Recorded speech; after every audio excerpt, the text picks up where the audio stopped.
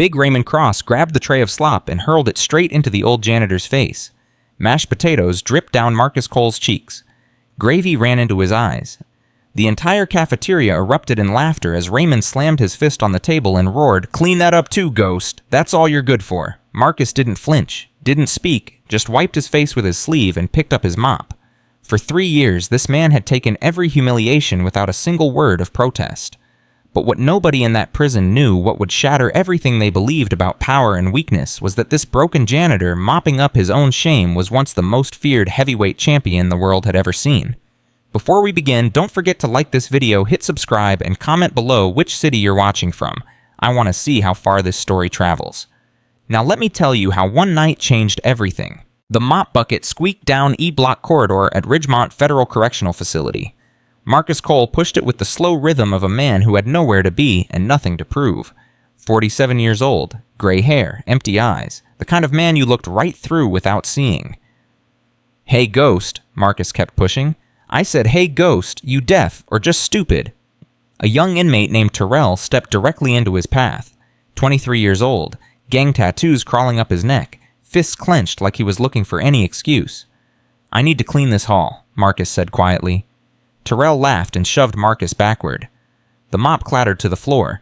Dirty water splashed across Marcus's boots. "Pick it up," Terrell ordered.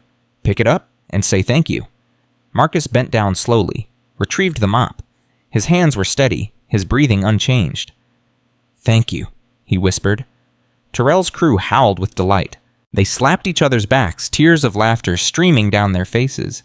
The Ghost had done it again, swallowed another insult, accepted another humiliation, proved once more that he was exactly what everyone thought, a broken old man with nothing left inside. But Officer Danny Webb watched from the guard station with narrowed eyes. "You see that?" Webb muttered to his partner. Officer Thompson shrugged without looking up from his newspaper. "See what Terrell being Terrell Tonbu? The janitor, Cole. Watch how he moves." "He's mopping Webb. That's what janitors do." Webb shook his head. 2 tours in Afghanistan had taught him things about men that couldn't be learned from books. Cowards shuffled. Victims flinched. Broken men moved like their bones were made of glass. Marcus Cole moved like water, smooth, controlled. Every step placed exactly where he meant it. Even when Terrell shoved his Even when he fell backward, there was something deliberate about it, something almost rehearsed. "That man's been trained," Webb said quietly. "Trained hard. Trained professional." Thompson finally looked up. "The Ghost? Come on, man. He's like 60 years old and weighs maybe 150 soaking wet. What's he trained in competitive surrender?"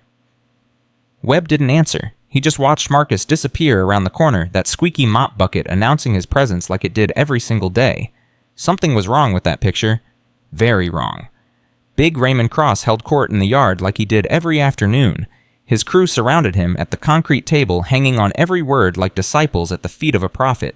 "You should have seen the Ghost this morning." Raymond laughed, flexing arms that looked like they were carved from mahogany.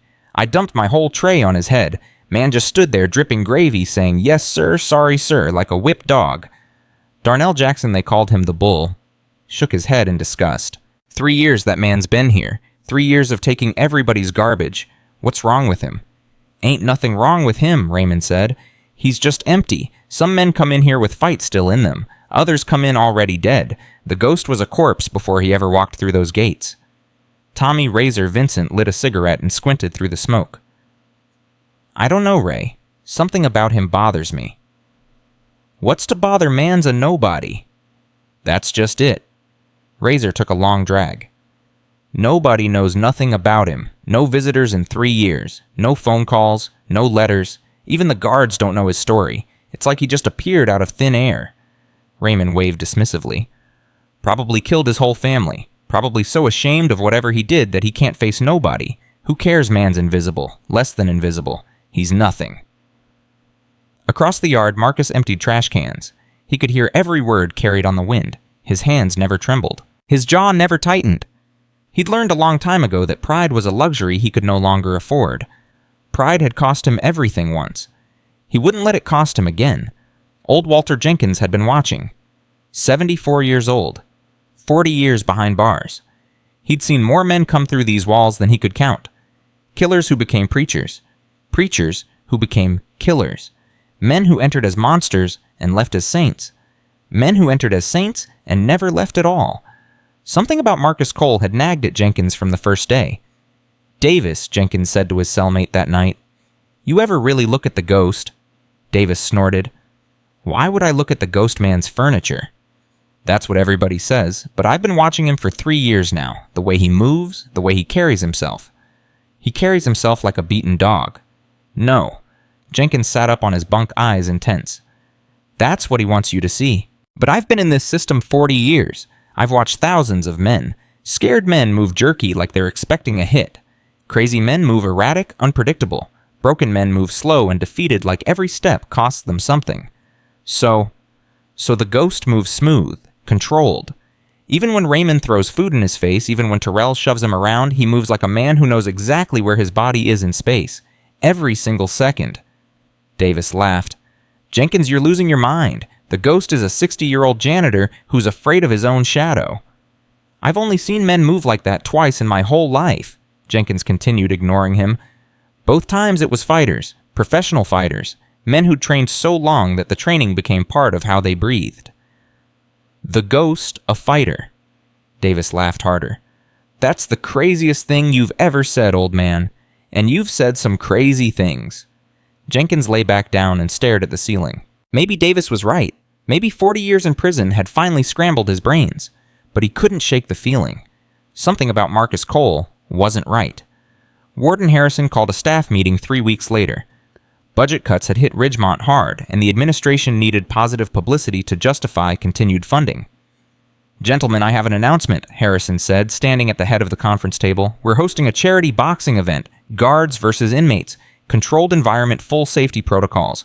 Local business leaders will pay premium prices to attend, and all proceeds go to rehabilitation programs." The room erupted in murmurs.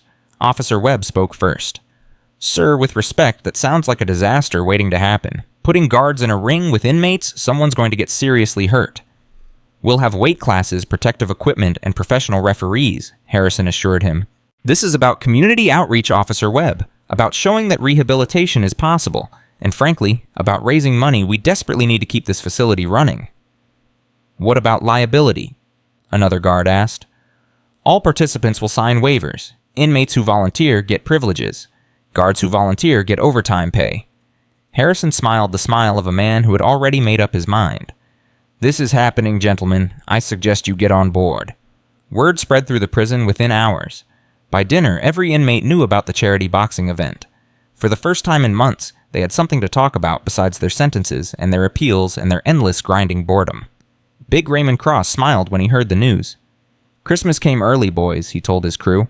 "I'm going to knock out every guard they put in front of me, show those rich folks what real power looks like, remind everyone why I'm the king of this yard." What he didn't know was that his biggest fight wouldn't be against any guard. The night before the event, Marcus sat alone in his cell after lights out. Sleep wouldn't come. It rarely did when his mind started wandering. He held a small photograph worn soft from years of handling. A woman and a young girl smiled at the camera. Christina and Maya. His wife and daughter. Former wife, he reminded himself. She'd remarried years ago. A good man, according to his sister's rare letters. A man who was there for dinner every night. A man who helped with homework and showed up for recitals.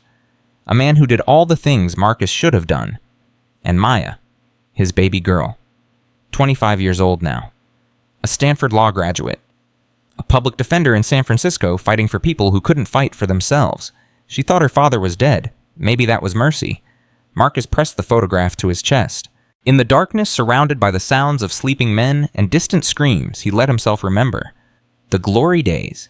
Madison Square Garden erupting as he raised his fist in victory, the WBC championship belt heavy around his waist, his trainer Pops Washington in his corner, eyes wet with pride, Christina in the front row, Maya on her lap, both of them screaming his name. Iron Thunder Cole. 42 wins. 0 losses. 38 knockouts.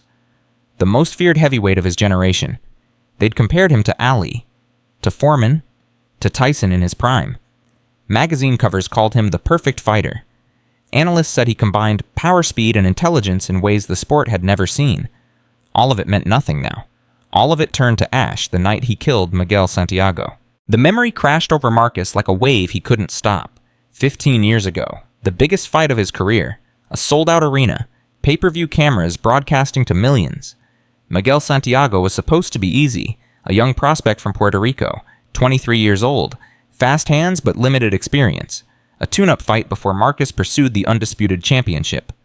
Nobody expected what happened. Rounds 1 through 6 went exactly as planned. Marcus controlled the pace landing combinations at will. Santiago was game but outclassed. The outcome was never in doubt. Then came round 7. Santiago caught Marcus with a left hook that came from nowhere. The punch landed clean, and for the first time in his professional career, Marcus saw stars. The crowd gasped. Pop screamed from the corner. Christina's face went white in the front row. And something snapped inside Marcus Cole. He'd never been hurt before, never been truly challenged, never had to dig deep against an opponent who actually threatened him. The feeling was terrifying. His counterpunch was pure instinct. 15 years of training compressed into one devastating right hand. It landed on Miguel Santiago's jaw with a sound Marcus would hear in his nightmares forever.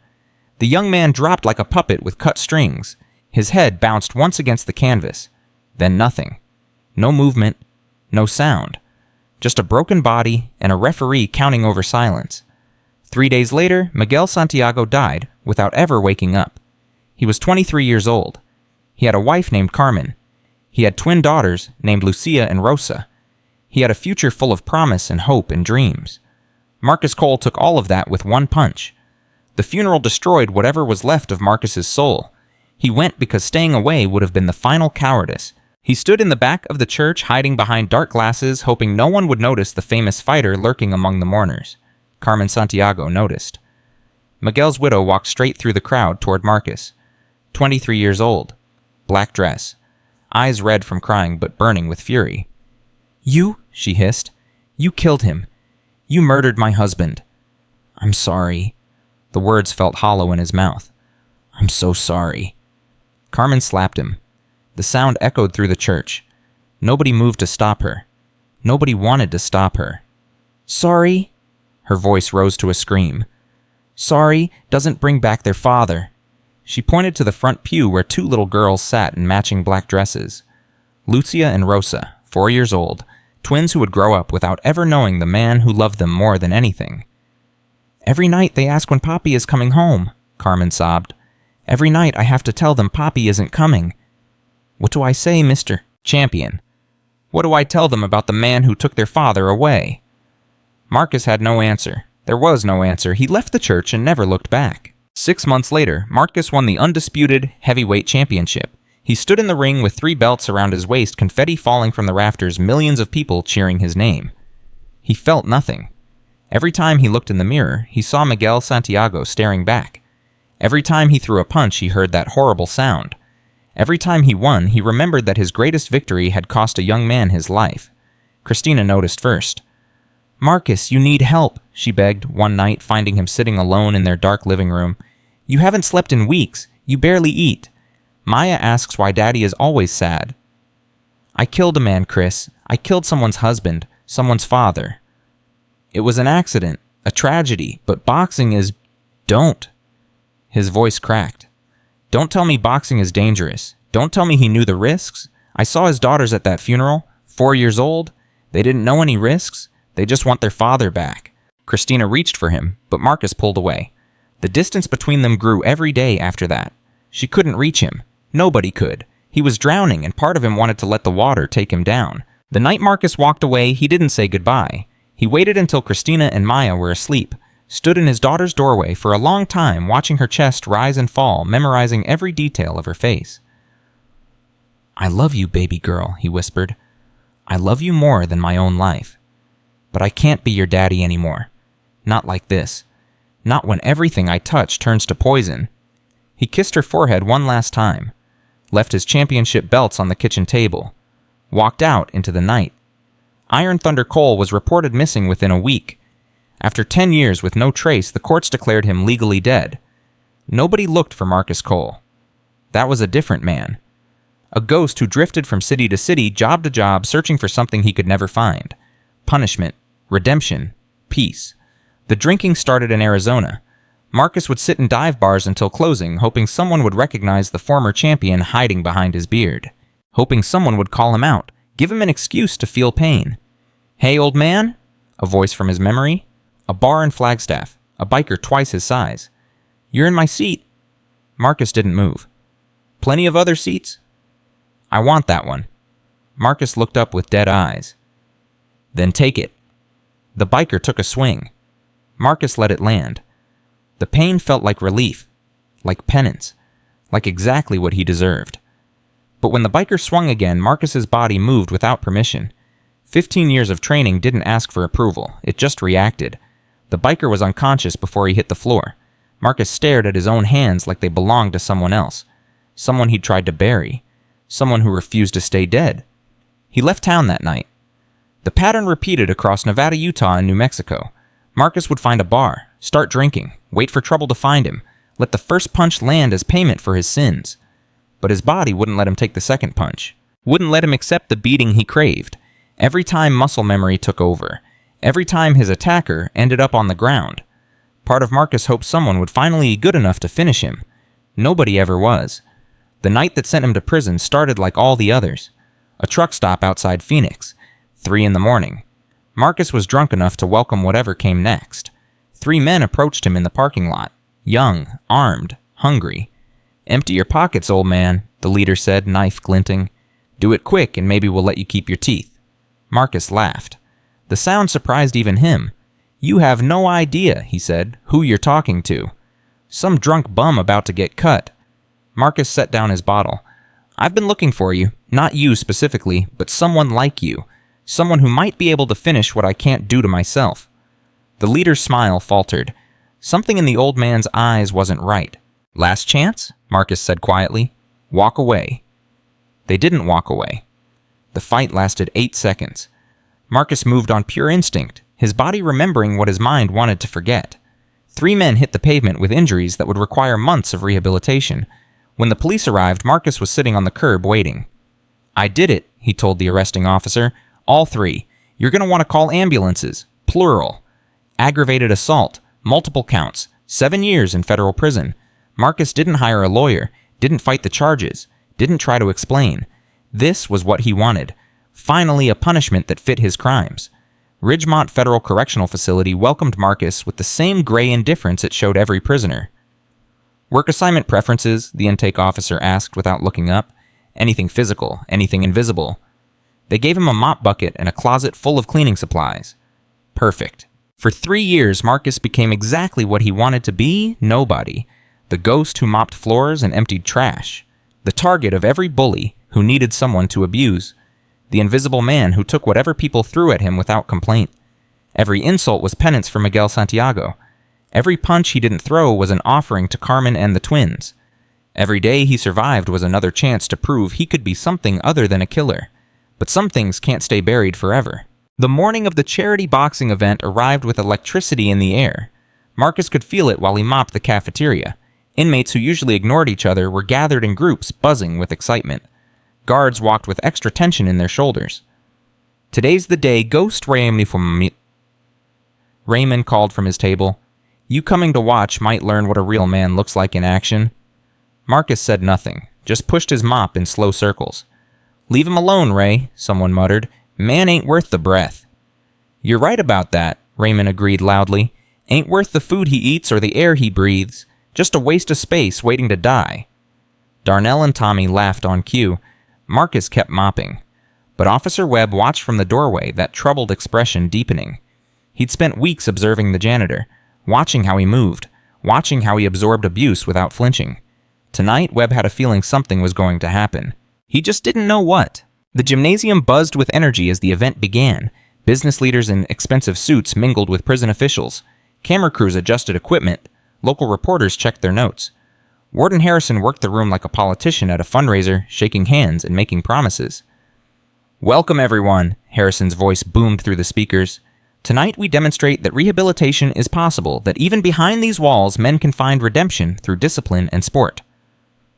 The crowd applauded politely.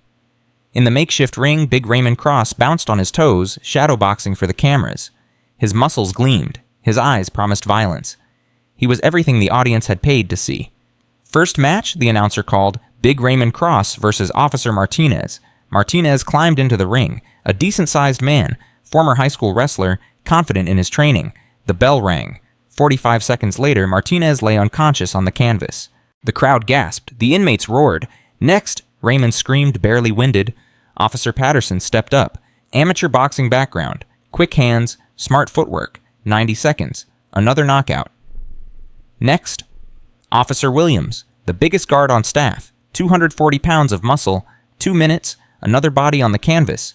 Big Raymond stood in the center of the ring, arms raised, utterly dominant. "Is that all you got?" he bellowed. "Is there no one in this entire building man enough to face me?" The gymnasium fell silent.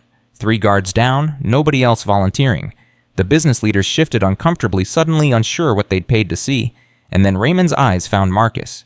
The old janitor was mopping near the gymnasium entrance, invisible as always, going about his work while chaos erupted around him. Something cruel sparked in Raymond's eyes. Something hungry.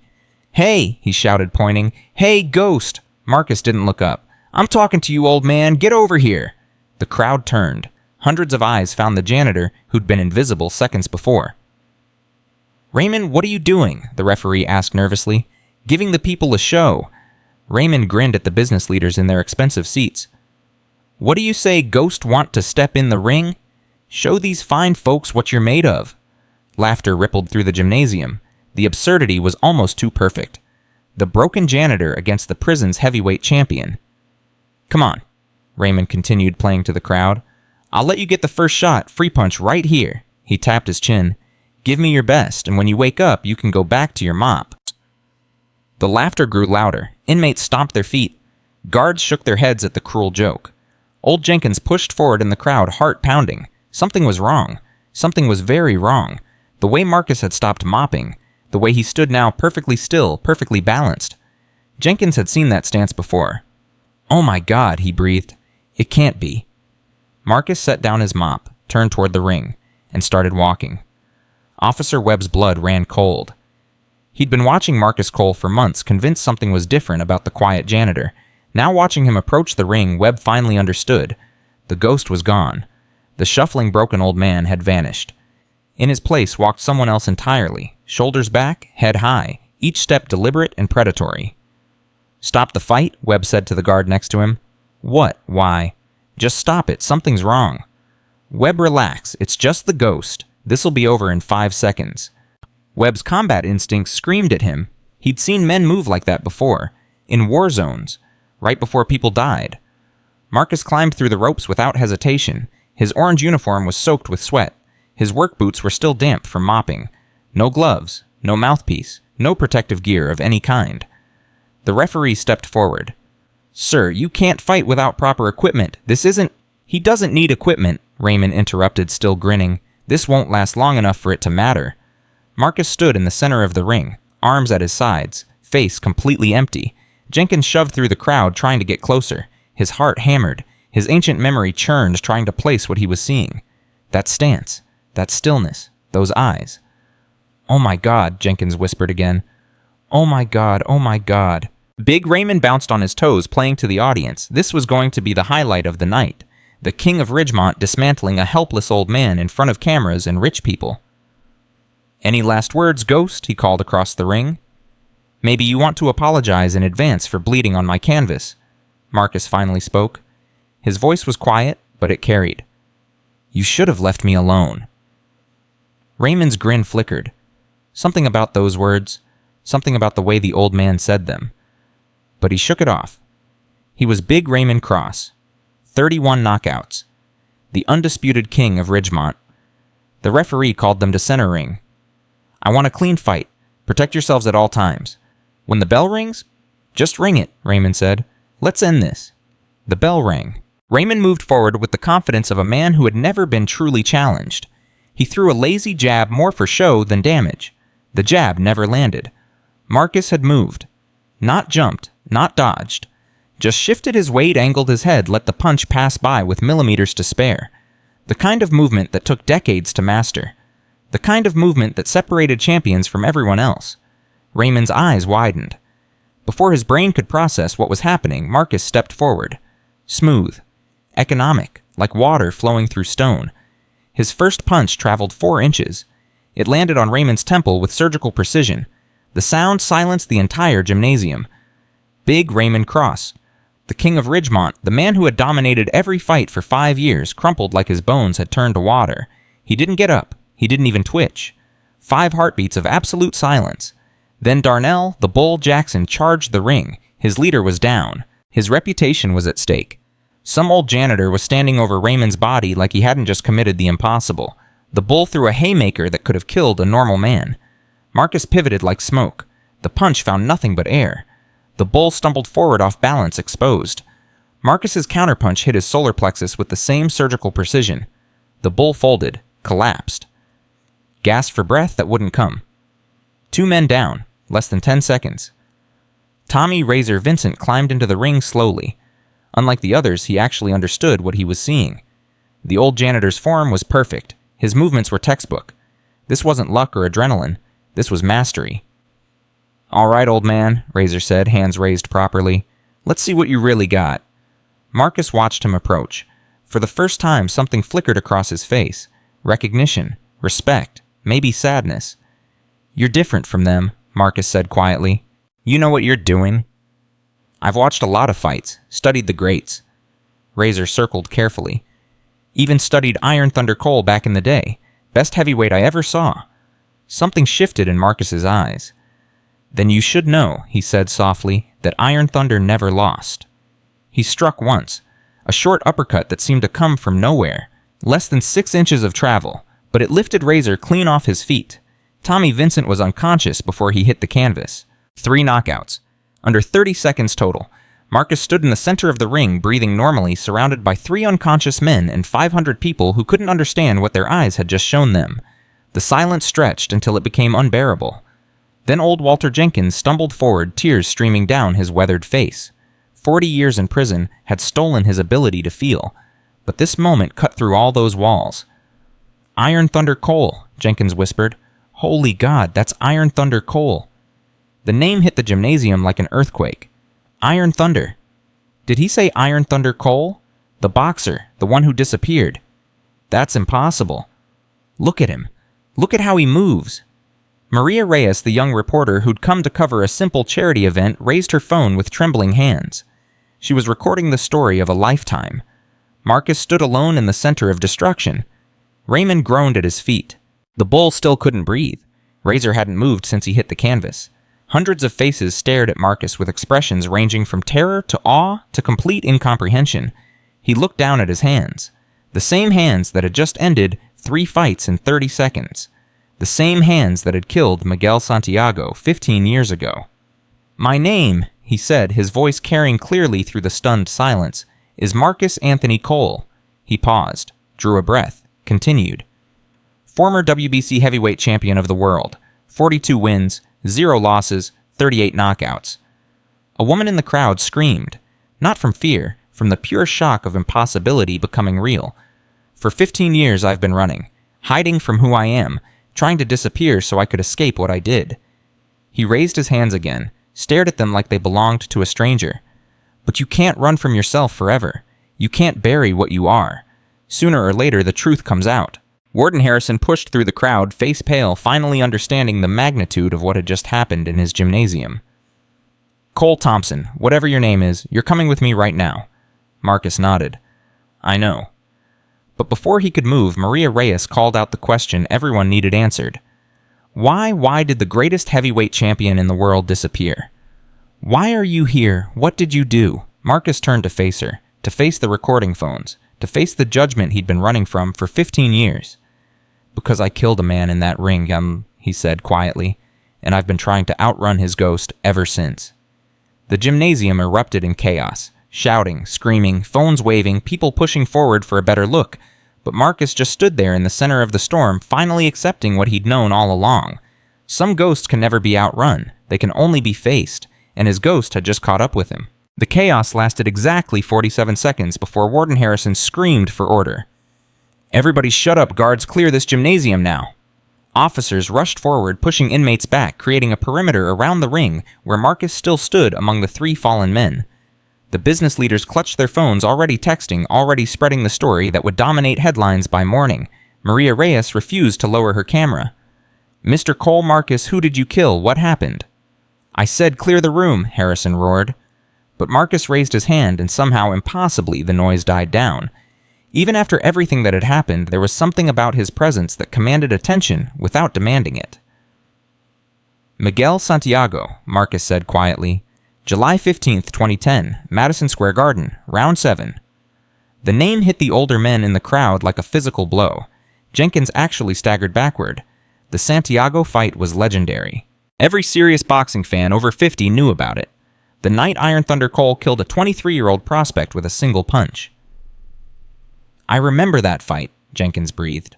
"I watched it on pay-per-view. Santiago was supposed to be the next big thing out of Puerto Rico." "He was," Marcus's voice cracked.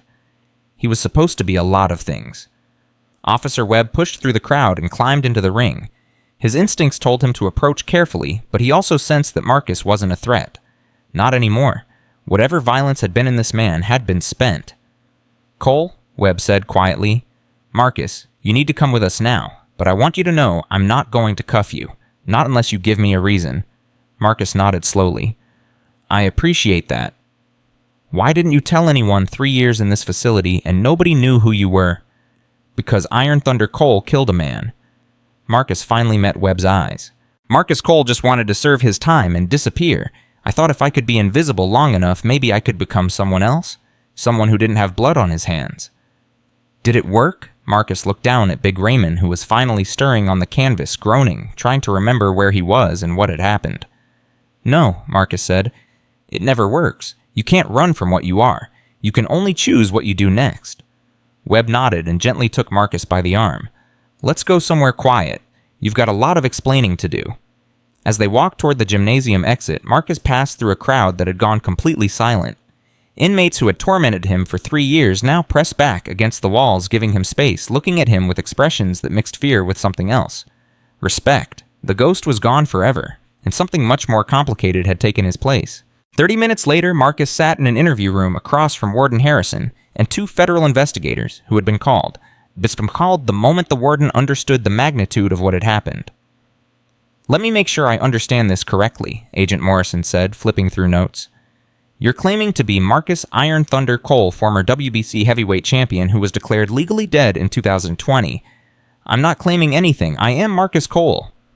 Iron Thunder Cole had a net worth of over $40 million at the time of his disappearance.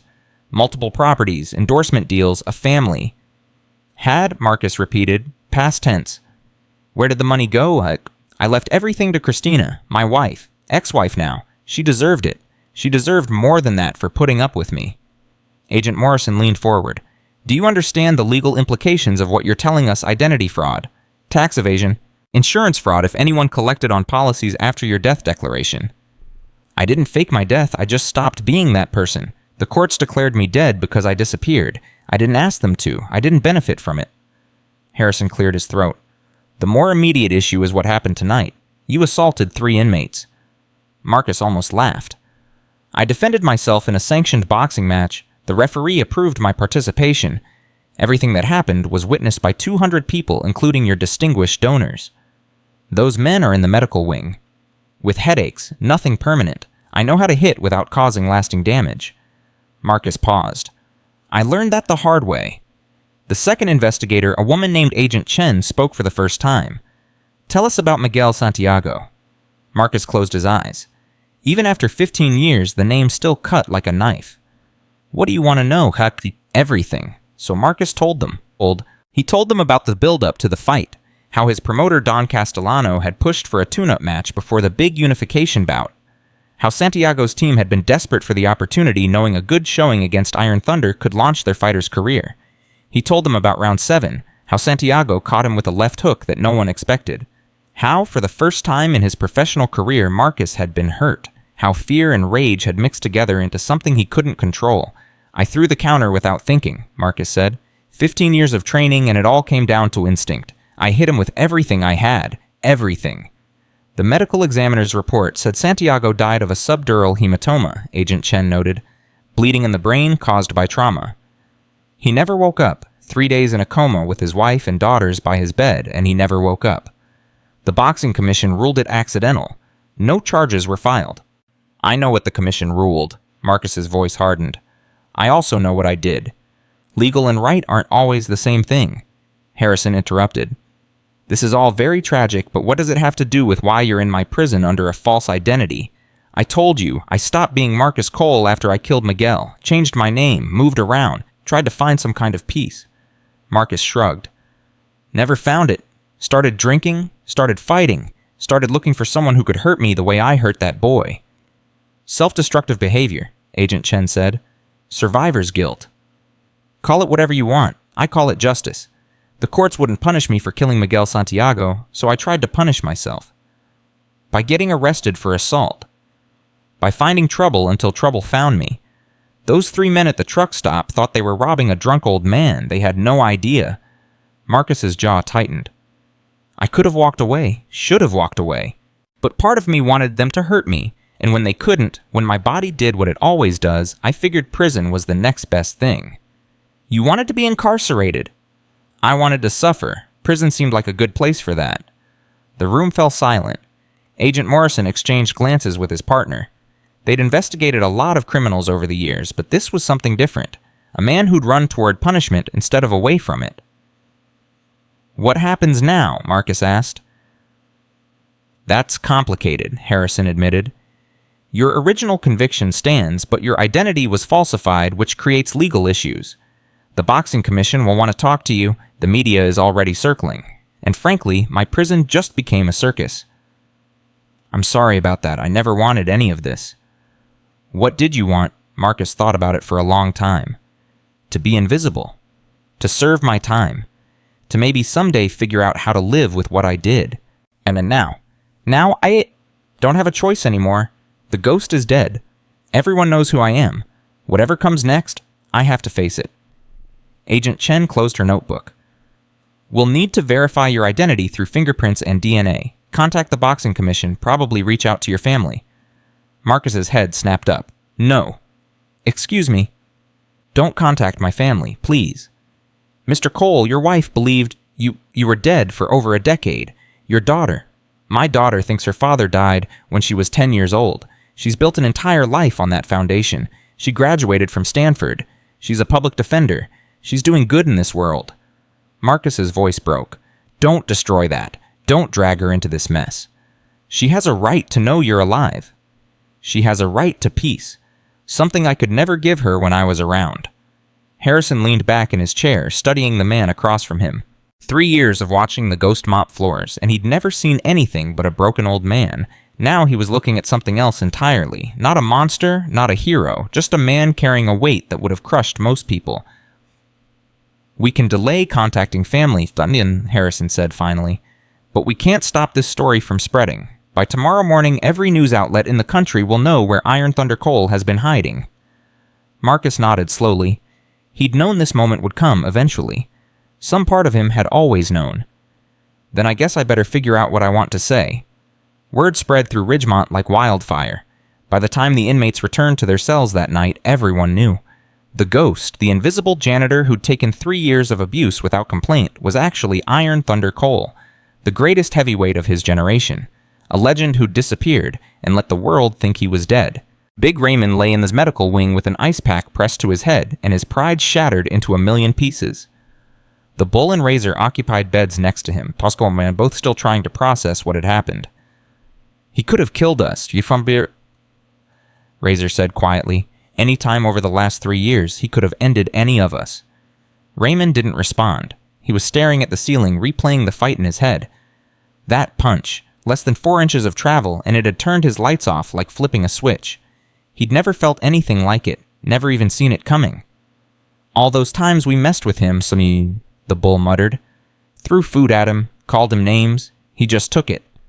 Why, Raymond finally spoke. Why would someone that powerful let us treat him like garbage because he was punishing himself? The voice came from the doorway.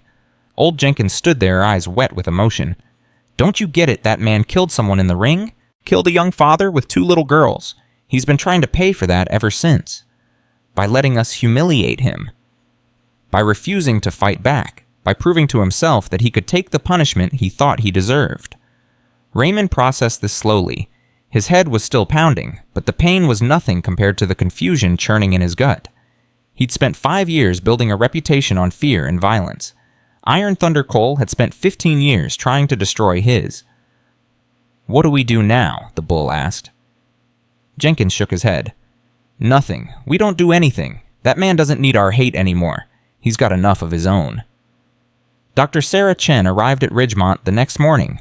The prison psychologist had been called in for emergency consultation after the warden's frantic late-night call. She'd spent the drive reviewing everything she could find about Iron Thunder Cole, the Santiago fight, and the mysterious disappearance that had spawned 1,000 conspiracy theories.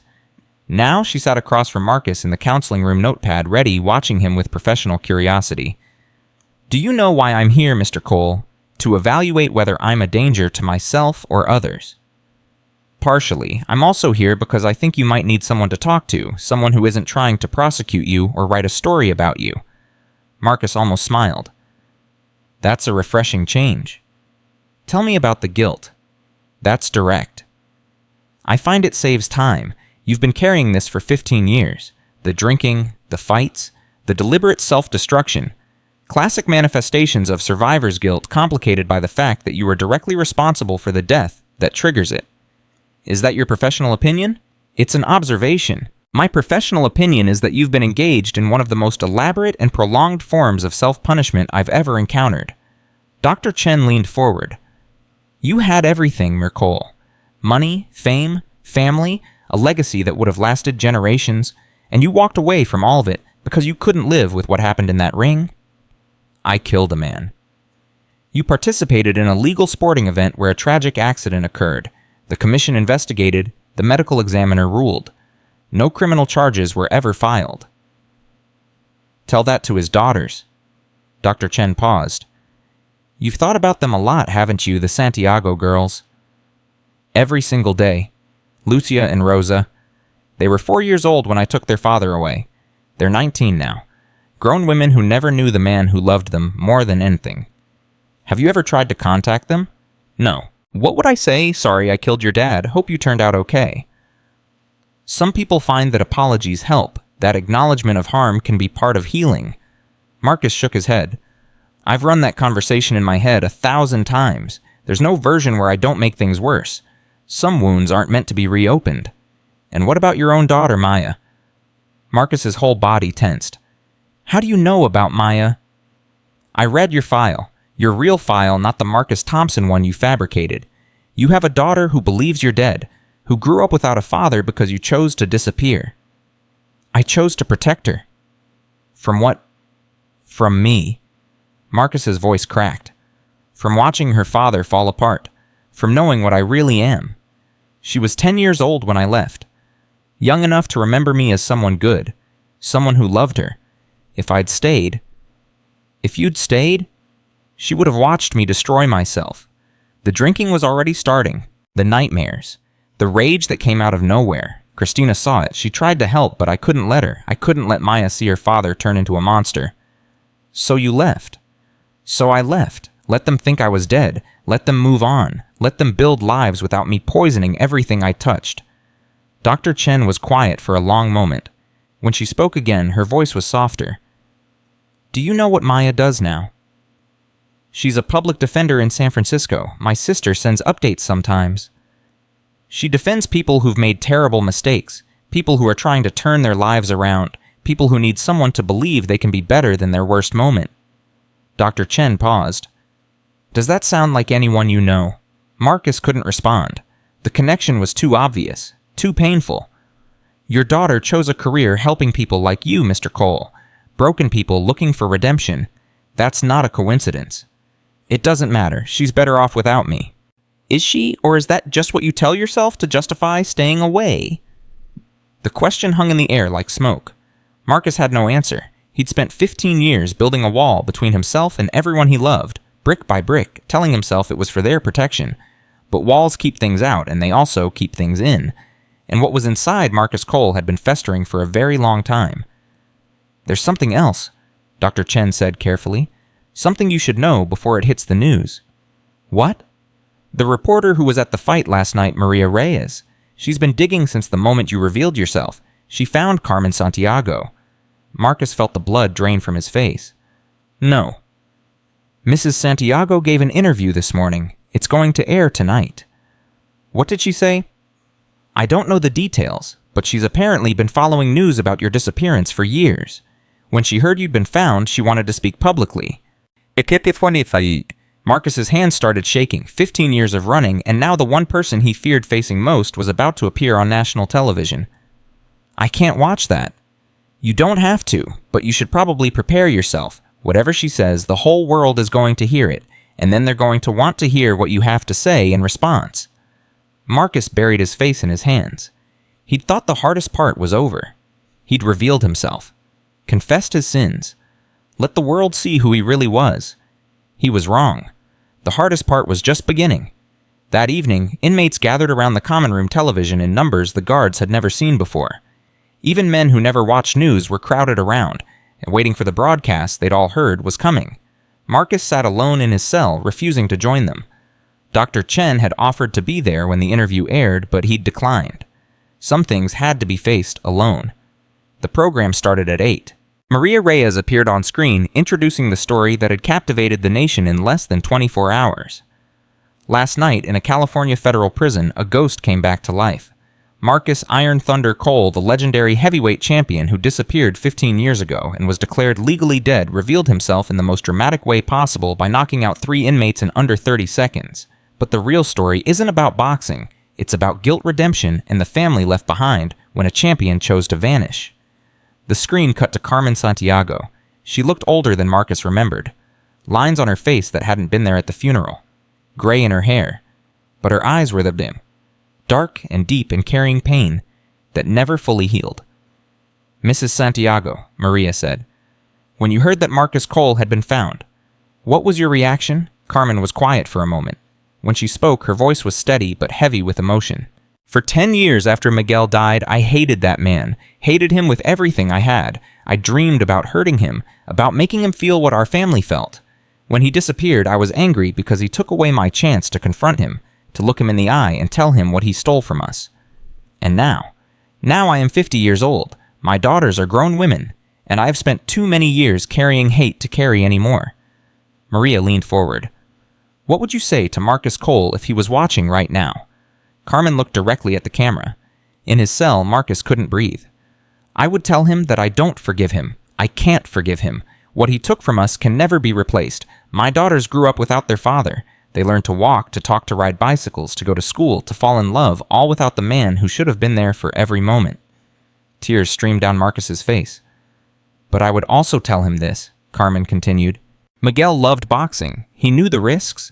He stepped into that ring because it was his dream, and he wouldn't have wanted his dream to destroy another man's life. What happened was a tragedy, not a murder. She paused, composing herself. I read about where they found him, a prison, working as a janitor, letting other men humiliate him for 3 years without fighting back. When I heard that, I understood something I never understood before. What was that? That Marcus Cole has been punishing himself far worse than I ever could. He gave up everything. His career, his family, his identity. He's been living in a prison of his own making long before he ever set foot in that facility. Carmen looked at the camera again, and somehow Marcus felt like she was looking directly at him. Mr. Cole, if you are watching this, I want you to know something. My husband would not want this for you. He would not want you to spend the rest of your life destroying yourself over what happened that night. Miguel believed in second chances. He believed people could be better than their worst moments. She drew a shaky breath. I am not ready to forgive you. I may never be ready, but I am ready to stop hating you, because the hate was killing me too, and I have daughters who need their mother to be whole. The interview continued, but Marcus couldn't hear anymore. He was sobbing, 15 years of suppressed grief pouring out of him in waves he couldn't control. He'd expected hatred, condemnation, the righteous fury of a woman whose life he'd destroyed. Instead, he'd received something he never anticipated. Understanding. And that was somehow harder to bear than any punishment. Later that night, a guard knocked on Marcus's cell door. Cole, you have a visitor. Marcus wiped his face and looked up. It's past visiting hours. Warden made an exception, says it's important. Marcus followed the guard through empty corridors to the private visitation room. When he saw who was waiting for him, his heart stopped. Big Raymond Cross sat on the other side of the glass. "What are you doing here?" Marcus asked, picking up the phone. Raymond's face was still bruised, his eyes were bloodshot, but his expression was something Marcus had never seen before. "I watched that interview," Raymond said, "the Santiago woman. So did everyone. She said something that stuck with me, about people being better than their worst moments." Marcus waited. "I've been in here for 15 years, Raymond continued. "Killed a man in a bar fight when I was 22. Beat him to death with my bare hands because he looked at my girlfriend wrong. I've spent every day since then being the monster everyone expected me to be." "Why are you telling me this?" Raymond's voice cracked. "Because you showed me something tonight. You showed me that having the power to hurt people doesn't mean you have to use it. 3 years I tortured you. 3 years you could have ended me any time you wanted, but you didn't. I was punishing myself. I know, I understand that now, but don't you see you chose not to be a monster even when being a monster would have been easier, even when nobody would have blamed you." Raymond pressed his hand against the glass. "I want to learn how to do that. I want to learn how to be better than what I did."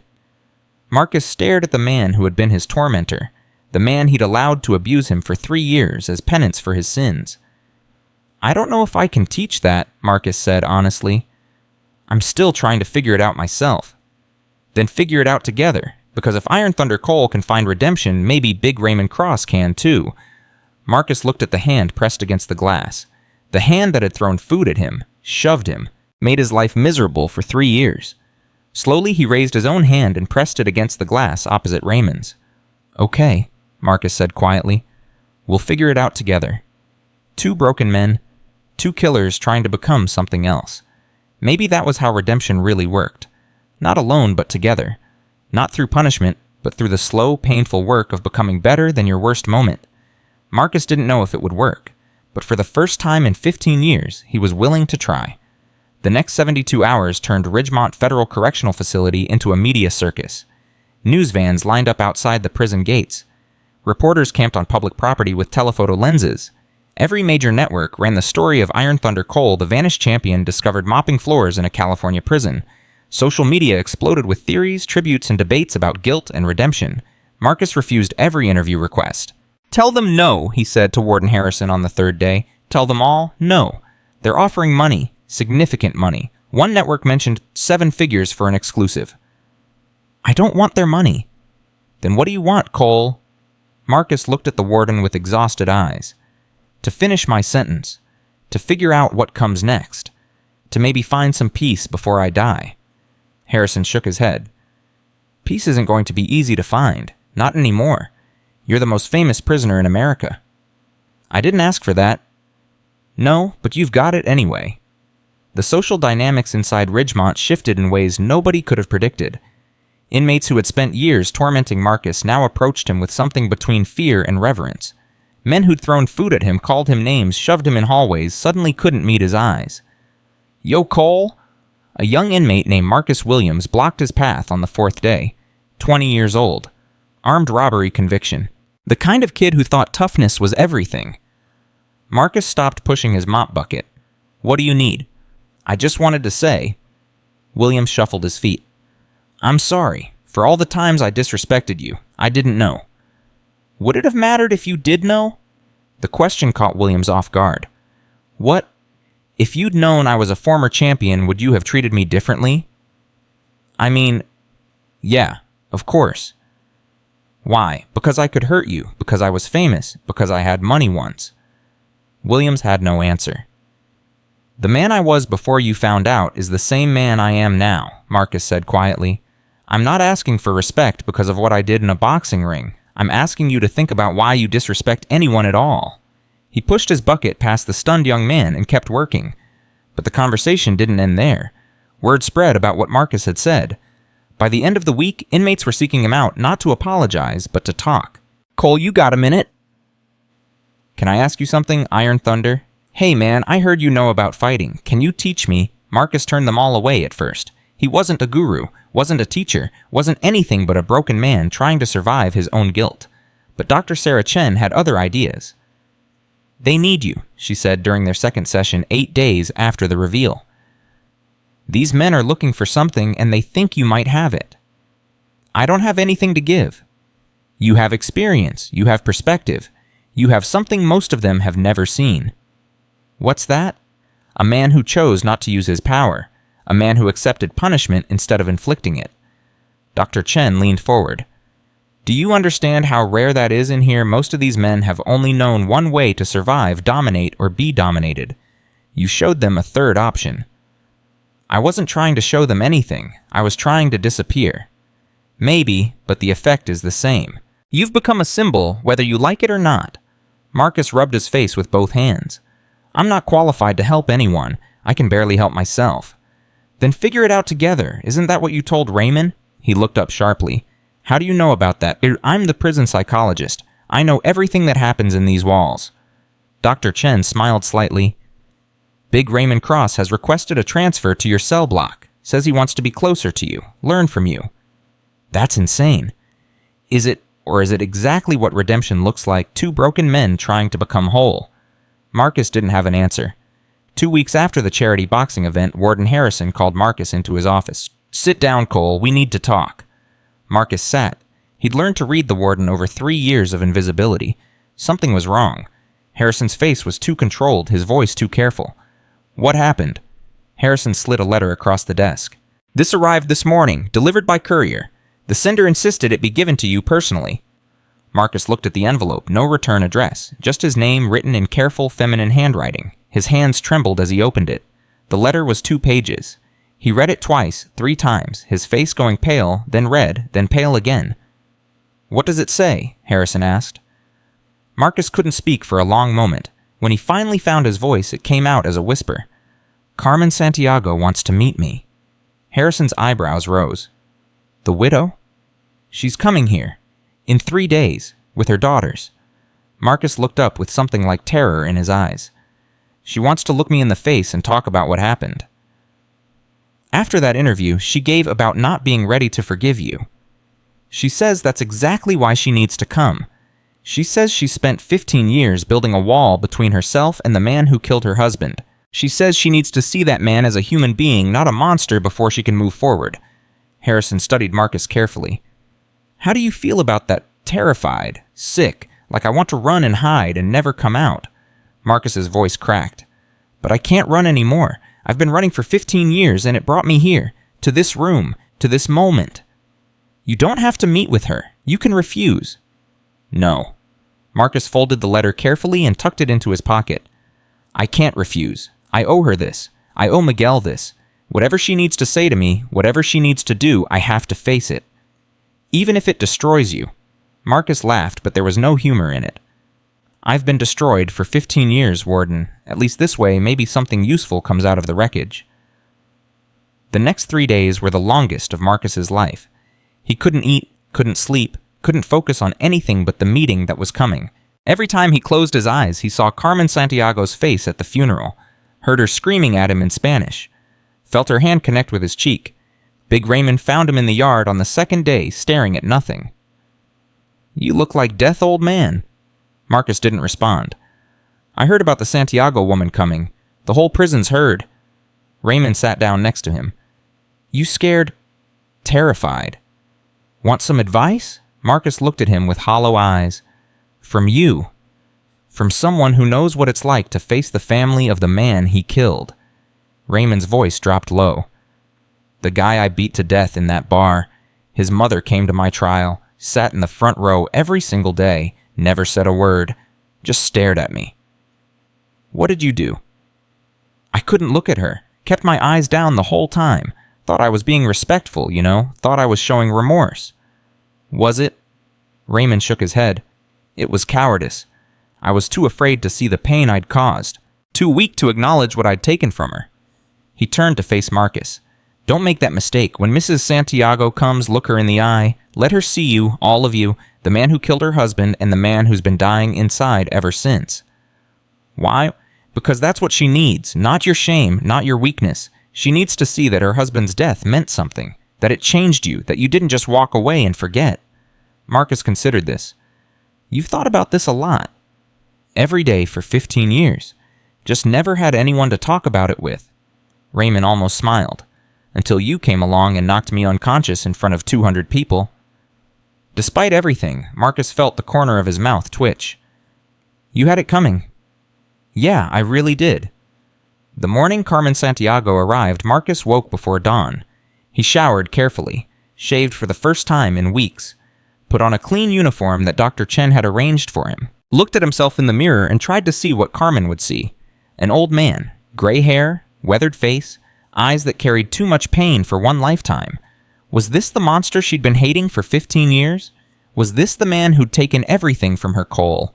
A guard appeared at his cell door. They're here. You ready? Marcus took a deep breath.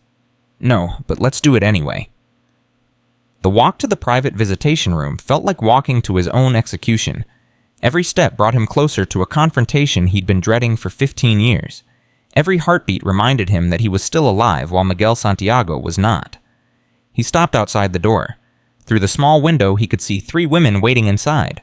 Carmen Santiago sat in the center, older than he remembered, but still beautiful in a worn, weathered way.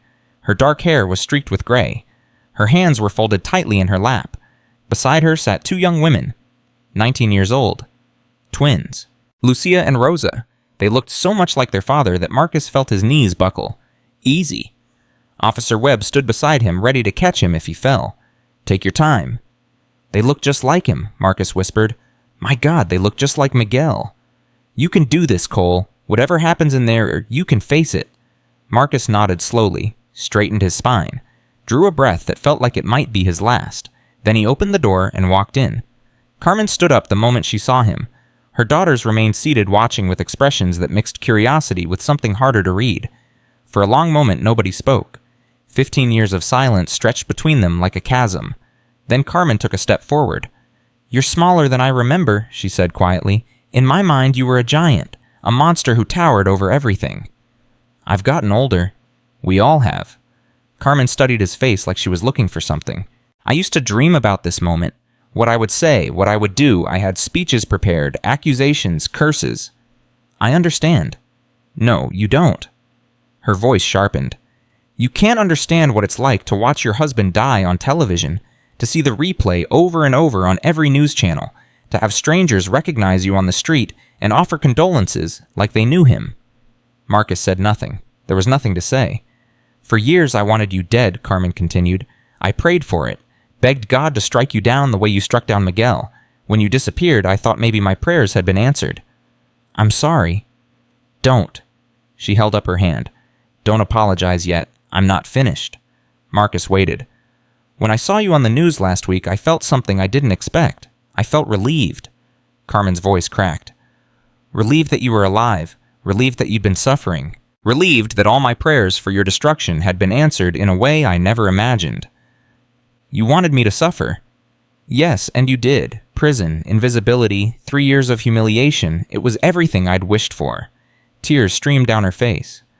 But it didn't make me feel better. It didn't bring Miguel back. It didn't fill the hole in my heart. One of the twins, Lucia, stood up. Mama, you don't have to do this. Yes, I do. Carmen wiped her eyes. I've spent 15 years hating this man, 15 years poisoning myself with rage, and I'm tired. I'm so tired. She looked at Marcus with eyes that held something he never expected. Exhaustion. The same exhaustion he saw in his own mirror every day. I came here to tell you something, Carmen said. Something I never thought I'd say. Marcus braced himself. I'm ready to stop hating you, not because you deserve it, not because what you did was okay, but because hating you is killing me. And I have daughters who need their mother whole. The words hit Marcus like a physical blow. Not forgiveness, something different, something harder, permission to exist. I don't deserve that, he managed to say. No, you don't. But this isn't about what you deserve, it's about what I need to survive. Rosa stood up now, joining her sister. She looked at Marcus with her father's eyes, and he nearly collapsed under the weight of them. My mother spent 15 years telling us about the monster who killed our father, Rosa said. I grew up hating you, hating what you did, hating that you got to live while Papa didn't. I understand. But then I watched that interview. The reporter showed footage from the prison, you mopping floors, taking abuse from those men, letting them treat you like garbage. Rosa's voice wavered. Monsters don't do that. Monsters don't punish themselves. Monsters don't give up everything and disappear. I'm not a monster, Marcus said quietly. I'm just a man who made the worst mistake of his life and couldn't figure out how to live with it. Lucia stepped forward. Tell us about that night. Tell us what really happened. Marcus looked at Carmen silently asking permission. She nodded once. Your father was extraordinary. Marcus began, his voice thick with emotion. The moment he stepped in that ring, I knew I was facing something special. He was fast, fearless, the kind of fighter who makes you better just by competing against him. The twins listened intently. These were details they'd never heard. Details that made their father real in a way that statistics and highlight reels never could. The first 6 rounds went the way everyone expected. I was winning, but he was learning, adapting, getting better with every exchange. Marcus's eyes grew distant. By round 7, I could see it in his eyes. He knew he couldn't beat me on points. He was going for the knockout. Is that when he hurt you? Rosa asked. Yes. He caught me with a left hook that I never saw coming. For the first time in my career, I felt what it was like to be in trouble. My legs went weak, my vision blurred. For one terrible moment, I thought I was going to lose. And then I reacted on instinct. 15 years of training took over. I threw a counterpunch with everything I had, every ounce of fear, every bit of power. Marcus's voice broke. I didn't mean to hurt him that badly. I just wanted to survive the moment. But I hit him too hard, much too hard. Tears streamed down all 3 women's faces now. Even Marcus couldn't hold back his own. He never got up, Marcus continued. The referee started counting and I knew something was wrong. He wasn't moving, wasn't responding. When the doctors rushed in, I realized what I'd done. Did you stay? Carmen asked. Did you stay until they took him away? I stayed until they made me leave. Watched them carry him out on a stretcher. Followed the ambulance to the hospital and sat in the waiting room for 3 days. When he died, I was the first person they told. Why didn't you come to us then? Why didn't you try to explain? Because there was nothing to explain. I killed your husband. I took your daughter's father. No words would change that.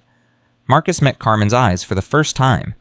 And because I was a coward, I couldn't face what I'd done, so I ran. The room fell silent. 15 years of pain and anger and grief hung in the air between them.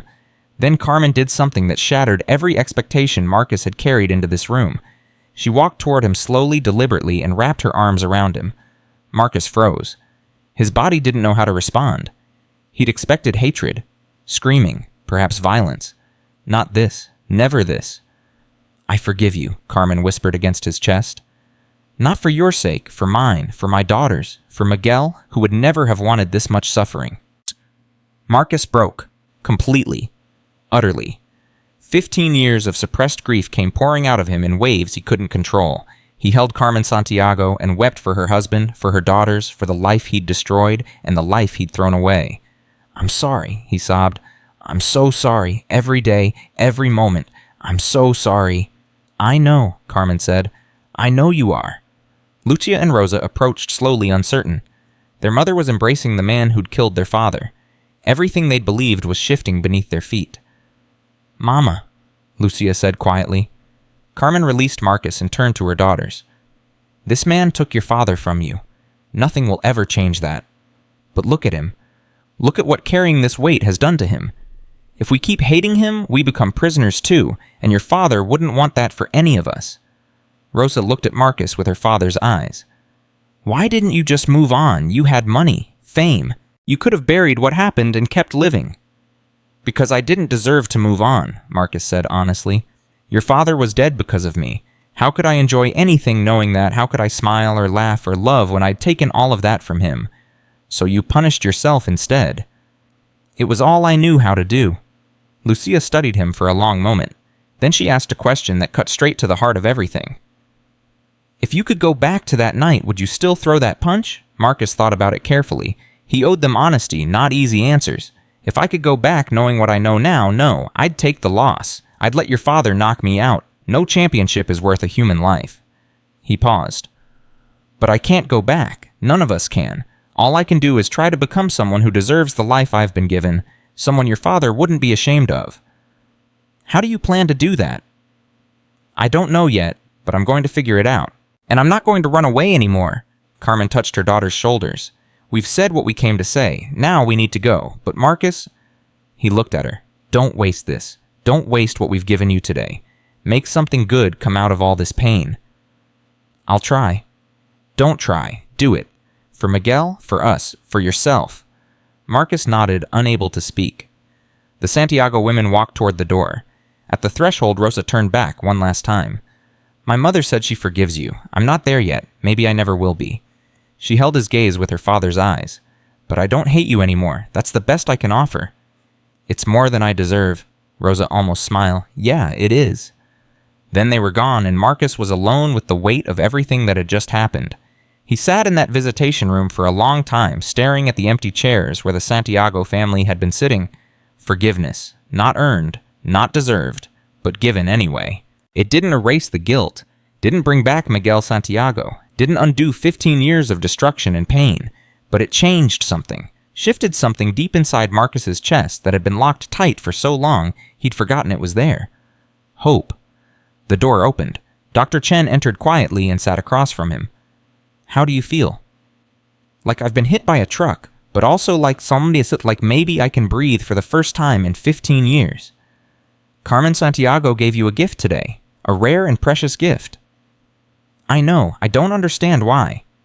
Because she's tired, because hatred is exhausting, because sometimes letting go is the only way forward. Dr. Chen leaned forward. The question now is what you do with it. What do you mean, You've been given something most people never get a second chance. Permission to stop destroying yourself.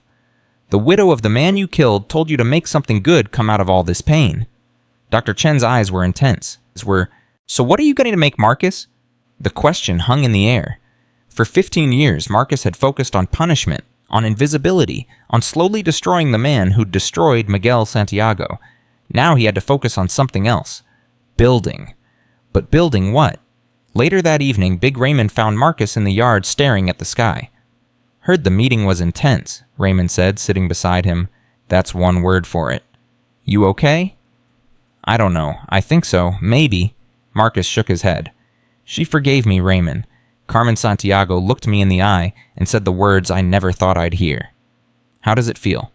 Strange, undeserved, like I'm wearing clothes that don't fit. Marcus turned to look at his unlikely friend. Have you ever been forgiven for what you did? Raymond's face tightened. The mother of the man I killed, she died 6 years ago. Cancer. I found out from a guard who read it in the newspaper. She never forgave me. Never even spoke to me after the trial. I'm sorry. Don't be. I didn't deserve her forgiveness any more than you deserved Mrs. Santiago's. But at least you got to hear the words. At least you got closure. Is that what this is, closure? It's the beginning of something. What you make of it is up to you.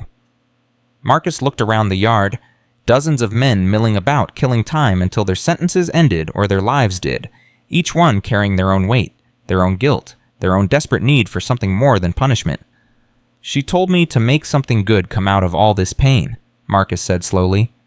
I've been thinking about what that means. And these men, you, me, we're all broken in different ways, all carrying things we don't know how to put down. Marcus met Raymond's eyes. What if I could help? What if I could teach what I've learned, not fighting, but choosing not to fight, carrying the weight without being crushed by it? Raymond was quiet for a moment. You mean like a program teaching inmates how to deal with guilt? Something like that. I don't know exactly, but I know I can't just mop floors for the rest of my sentence, not after today, not after what Carmen gave me. The warden will never go for it. Maybe not, but I have to try. Marcus stood up, something new burning in his eyes. I've spent 15 years running away from who I am. It's time to start running towards something instead. Raymond stood with him. Whatever you're planning, I want in. You showed me what real strength looks like, old man. Now I want to learn how to use it. Marcus extended his hand. Raymond took it. 2 killers, 2 broken men, 2 prisoners trying to build something out of the wreckage of their lives. The sun was setting over Ridgemont Federal Correctional Facility. But for Marcus Cole, for the first time in 15 years, it felt like dawn. 3 weeks after Carmen Santiago walked out of Ridgemont, Marcus Cole stood before Warden Harrison with a proposal that would change everything. You want to do what? Harrison stared at him like he'd grown a second head. A rehabilitation program. Inmates helping inmates. Teaching men how to carry their guilt without being crushed by it. Cole, you're a prisoner. Not a counselor, not a therapist. You mopped floors for 3 years. And I'm also a man who spent 15 years learning how to live with the worst thing I've ever done. That's got to count for something. Harrison leaned back in his chair. Even if I wanted to approve this, which I don't, the bureaucracy alone would take months. Background checks, liability assessments, program reviews. This isn't the kind of thing you just start. Then help me start it the right way. Why should I? Marcus met his eyes without flinching. Because every man in this facility is going to get out eventually. Most of them are going to reoffend. Most of them are going to end up right back here or somewhere worse. But what if we could change that? What if we could give them tools to deal with their demons instead of just locking them away? Pretty words. You got any proof they'd work? Look at Big Raymond Cross. Harrison's expression flickered. What about him? 3 weeks ago, he was the most dangerous man in this prison. Now he's reading books on anger management, asking guards about educational programs, talking to other inmates about accountability. Marcus leaned forward. I didn't do anything special. I just showed him that strength doesn't have to mean violence, that you can carry your weight without throwing it at other people. One success story doesn't make a program. Then let me make more. Give me a chance to prove this works. Harrison was quiet for a long moment. The political calculation was visible on his face. The media attention around Marcus hadn't died down. If anything, it had intensified. A rehabilitation program led by Iron Thunder Cole would generate exactly the kind of positive publicity the prison desperately needed. I'll think about it, Harrison said finally. No promises, but I'll think about it. Marcus nodded. That's all I'm asking. 4 days later, Dr. Sarah Chen delivered the news. Harrison approved a pilot program. 12 weeks, 8 inmates maximum. You'll facilitate group sessions twice a week under my supervision. Marcus exhaled slowly. He actually said yes. Don't get too excited. There are conditions. Any sign of trouble, any hint that this is causing problems, and he shuts it down immediately, you're on a very short leash. I understand? Do you? Because what you're proposing isn't easy. You'll be asking men to confront the worst things they've ever done, to sit with that pain instead of running from it. Some of them won't be able to handle it. I know. I've spent 15 years learning that lesson myself. Dr. Chen studied him carefully. Why do you want to do this, Marcus, really? Because Carmen Santiago told me to make something good come out of all this pain. Because I can't spend the rest of my sentence mopping floors and pretending I'm invisible. Because maybe if I can help other men find what I've been searching for, it'll mean Miguel didn't die for nothing. That's a lot of weight to put on a prison program. It's all I've got. The first session happened on a Tuesday morning, 6 weeks after the charity boxing event that had revealed Marcus to the world. 8 men sat in a circle in the prison chapel. Big Raymond, Darnell the Bull Jackson, Tommy Razor Vincent, Old Walter Jenkins, 4 others whose names Marcus was still learning. Dr. Chen sat in the corner observing but not participating. Marcus stood in the center and looked at the men who had volunteered for something none of them fully understood. Before we start, I want to be clear about what this is and what it isn't, Tonteku, he said. This isn't therapy. I'm not qualified for that. This isn't a support group where we sit around feeling sorry for ourselves. And this definitely isn't some kind of redemption factory where you walk in broken and walk out fixed. Then what is it? Razor asked. A conversation between men who've done terrible things and are trying to figure out how to live with that. I'm not going to judge you. I'm not going to tell you how to feel. I'm just going to share what I've learned and hope some of it helps. Jenkins raised a weathered hand. And what exactly have you learned, Iron Thunder? That running doesn't work. That punishment alone doesn't heal anything. That the only way out is through. Marcus paused. And that carrying your weight alone is a lot harder than carrying it together.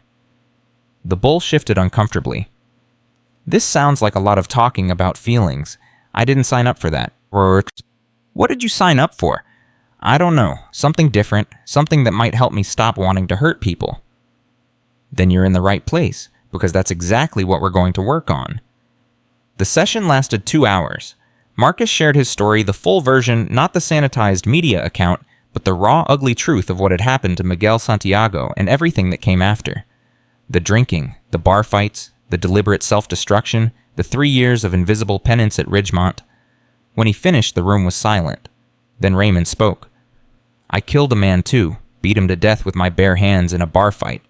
He looked at my girlfriend wrong and I lost control. By the time I stopped hitting him, he wasn't recognizable anymore. The confession hung in the air. Heavy. Painful. True. How long ago? Marcus asked. 15 years, same as you.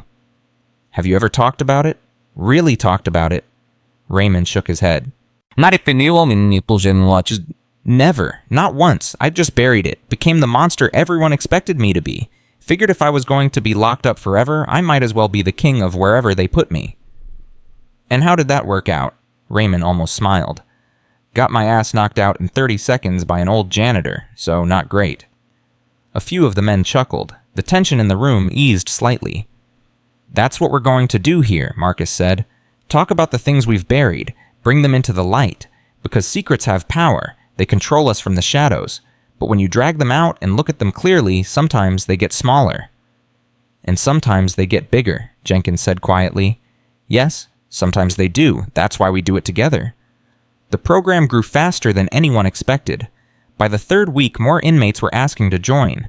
By the 5th week, Harrison had to expand the group to 15. By the 8th week, there was a waiting list. I don't understand it, Harrison admitted to Dr. Chen during a progress review. These men have been resistant to every rehabilitation effort we've tried. Group therapy, educational programs, vocational training. Nothing worked. But they're lining up for this. Because it's different, Dr. Chen explained. Most programs come from the outside. Experts telling inmates how to fix themselves. This comes from within. A man who's walked the same path, made the same mistakes, found something that works. Cole isn't a therapist. No, he's something more valuable. He's living proof that change is possible. On the morning of the 10th week, Marcus received a visitor he never expected. The guard who delivered the news looked uncomfortable. Cole, there's someone here to see you. Says she won't leave until you talk to her. Who is it? A woman, young, says her name is Maya Cole. Marcus's heart stopped. Maya? His daughter, the little girl he'd abandoned 15 years ago. The woman who'd grown up thinking her father was dead. I can't, Marcus whispered. Tell her I can't see her. She said you'd say that. She also said to tell you... The guard consulted a note. Running is what brought you here. Time to stop. Marcus closed his eyes. His own words turned against him. Cole, the guard prompted, what do you want me to tell her? Every instinct screamed at Marcus to refuse, to hide, to protect Maya from the broken man her father had become. But he'd promised Carmen Santiago that he wouldn't run anymore. He'd told his group that the only way out was through. I'll see her. The walk to the visitation room felt longer than the walk to face Carmen Santiago. That meeting had been about guilt and forgiveness. This one was about something much more dangerous. Love. Maya stood when he entered. 25 years old. Christina's eyes. His stubborn jaw. Beautiful in a way that made Marcus's chest ache. Hello, Daddy. The word hit him like a physical blow. Maya. His voice cracked. How did you...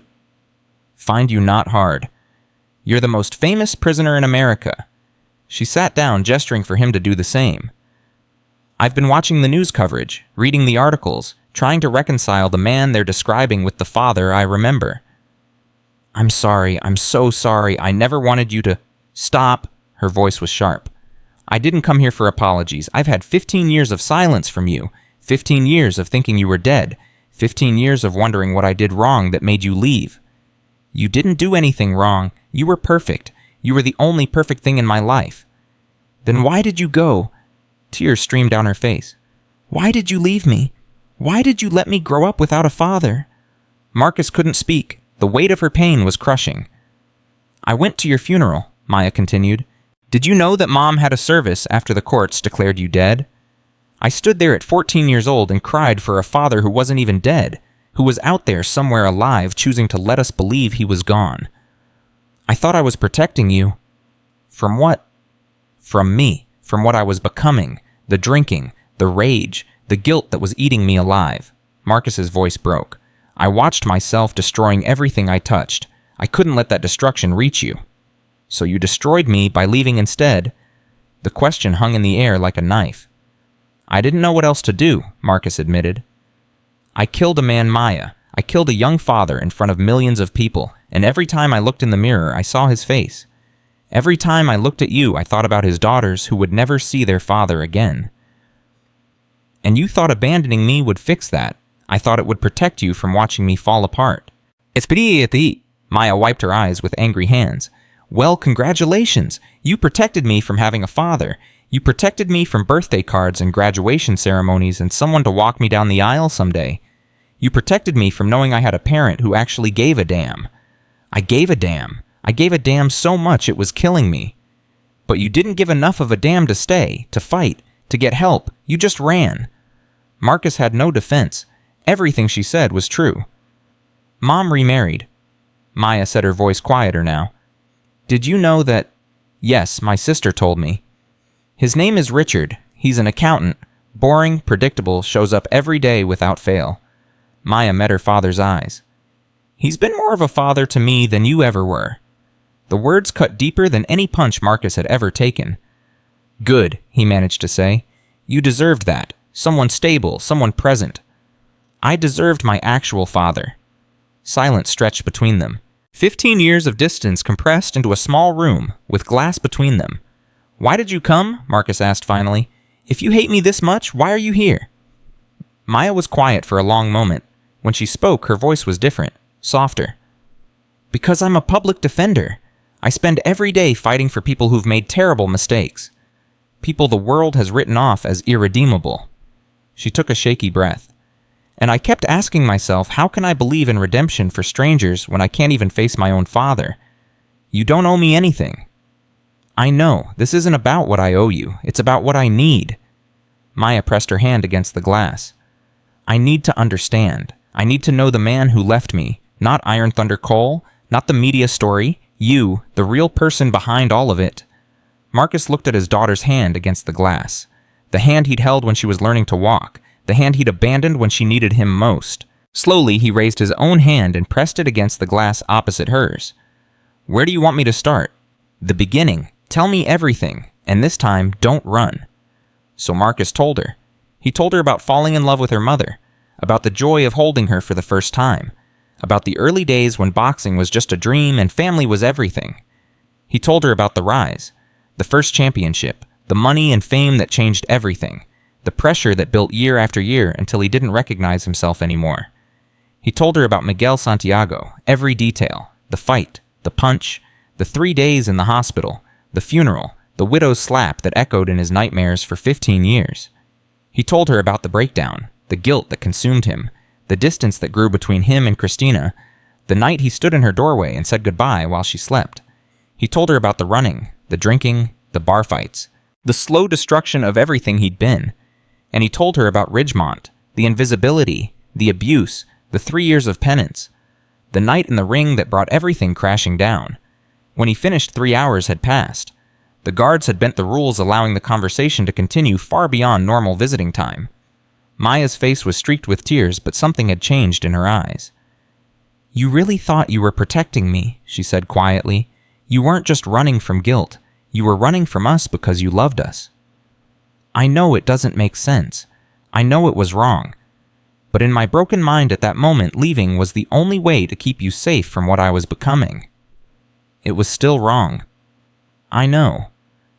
But I understand it now. I understand you. Maya took a shaky breath. That doesn't mean I forgive you. It doesn't mean we're okay, but it means I can stop hating you. That's more than I deserve. Yeah, it is. Maya almost smiled through her tears. But I'm going to need more than one conversation. I'm going to need time. A lot of time. I'm not going anywhere. 7 years, remember. How much do you have left? 18 months? Maybe less with good behavior. Maya nodded slowly. Then I'll be back. Every week until you get out. We're going to talk. We're going to fight. We're going to figure out what's left between us, if anything. I'd like that. Don't get too excited. I'm still furious with you. I know. And I'm not calling you Dad again until you earn it. Fair enough? Maya stood to leave, then paused at the door. The program you're running, the rehabilitation thing, is it real or just a media stunt? It's real. I'm trying to help men who are carrying the same weight I carried, show them they don't have to destroy themselves. Good. Maya's voice hardened with something like pride. Keep doing it. Make something of these years you have left. And when you get out, maybe we can build something too. Maya, don't say anything else. Not today. Just let me leave while I still feel something other than anger. She walked out without looking back. Marcus sat alone in the visitation room, tears streaming down his face. His daughter, his baby girl, alive, here, willing to try. He didn't deserve this chance, but he was going to take it anyway. The news that Maya Cole had visited her father spread through the media like wildfire. Headlines screamed about the reunion. Reporters camped outside the prison again. The story that had begun with a boxing match now evolved into something larger, a tale of family destruction and possible reconciliation. Marcus ignored all of it. He had work to do. The rehabilitation program continued to grow. Men who had been resistant to every intervention suddenly opened up in sessions. Confessions poured out. Fights that used to happen daily became rare. The atmosphere in Ridgemont shifted in ways even the guards noticed. "I don't know what you're doing in those sessions," Officer Webb told Marcus one morning, "but keep doing it. This is the quietest the prison has been in years. We're just talking." Talking doesn't usually stop men from trying to kill each other. It does when they realize they're not alone, when they understand that everyone around them is carrying the same weight. Webb studied him carefully. "You've changed, Cole. From the ghost who mopped floors to whatever this is. What happened?" "I stopped running. Stopped pretending I could disappear from my own life. Started facing the things I'd been hiding from. And that works. Not always, not for everyone, but it's better than the alternative." On the 12th week of the program, something unexpected happened. Carmen Santiago returned to Ridgemont. This time she didn't come alone. Rosa and Lucia were with her, but so was someone else. A man Marcus had never seen before. Tall, handsome, wearing a suit that probably cost more than Marcus had earned in his entire 3 years as a janitor. "Mr. Cole." Carmen's voice was formal, but not cold. "This is Eduardo Reyes. He's a documentary filmmaker. He wants to tell your story." Marcus shook his head immediately. "I'm not interested in more media attention." "This isn't about attention," Eduardo said. "It's about impact. What you're doing here, the program you've created, could help prisons across the country, but only if people know about it." "I'm not a role model." "You're exactly a role model," Rosa cut in. "You're a man who destroyed his life and is trying to rebuild it. That's what these men need to see. Not perfection, progress." Marcus looked at Carmen. "You're okay with this, your husband's death being turned into a documentary. I'm more than okay with it. This was my idea." Carmen stepped forward. "When you asked me to forgive you, I told you to make something good come out of all this pain. You're doing that. Now it's time to share it with the world. The world already knows my story. They know the headlines, the boxing legend who disappeared, the janitor who knocked out 3 men. But they don't know the journey, the guilt, the redemption, the daily choice to be better than your worst moment." Carmen's eyes bore into his. Miguel's death was a tragedy, but if his death can save other lives, if it can show other men that they don't have to destroy themselves, then maybe it meant something. Marcus looked at Lucia, who had been quiet throughout the exchange. "You're the one who asked if I would still throw that punch," he said, "the one who isn't ready to forgive me." "I'm still not ready," Lucia admitted. "But I'm willing to try, and I think this documentary could help me understand. Could help a lot of people understand." Marcus closed his eyes. He'd spent 15 years hiding, protecting himself from scrutiny, running from judgment, but that wasn't who he was trying to be anymore. "What would it involve?" he asked Eduardo. "Interviews, access to your program sessions, footage of your interactions with inmates, your relationship with your daughter." Eduardo paused. "And eventually your release and what comes after." "That's 18 months away." "I'm patient. Good stories take time." Marcus looked around at the faces watching him. Carmen, who had forgiven him when she didn't have to. Rosa and Lucia, who were trying to find peace. Eduardo, who saw something worth documenting. And in the distance, the ghost of Miguel Santiago, whose death had started all of this. "One condition," Marcus said finally. "This isn't about me being a hero. I'm not a hero. I'm a man who made a terrible mistake and spent 15 years paying for it. If you want to tell my story, you tell all of it. The ugly parts, the cowardice, the destruction. No sanitizing, no redemption arc that makes it look easy." Eduardo nodded. "That's exactly what I want." "Then we have a deal." Filming began the following week.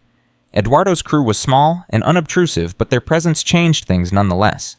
Inmates who had been opening up in sessions became self-conscious. Guards who had looked the other way started paying more attention. The delicate ecosystem Marcus had built threatened to collapse under the weight of observation. This isn't working, Raymond said after a particularly stilted session. Everyone's performing instead of being real. Give it time, they'll adjust. What if they don't? What if the cameras destroy everything we've built? Marcus didn't have an answer, but he had to believe that the truth was stronger than the fear of being watched. On the third week of filming, Maya returned for her regular visit.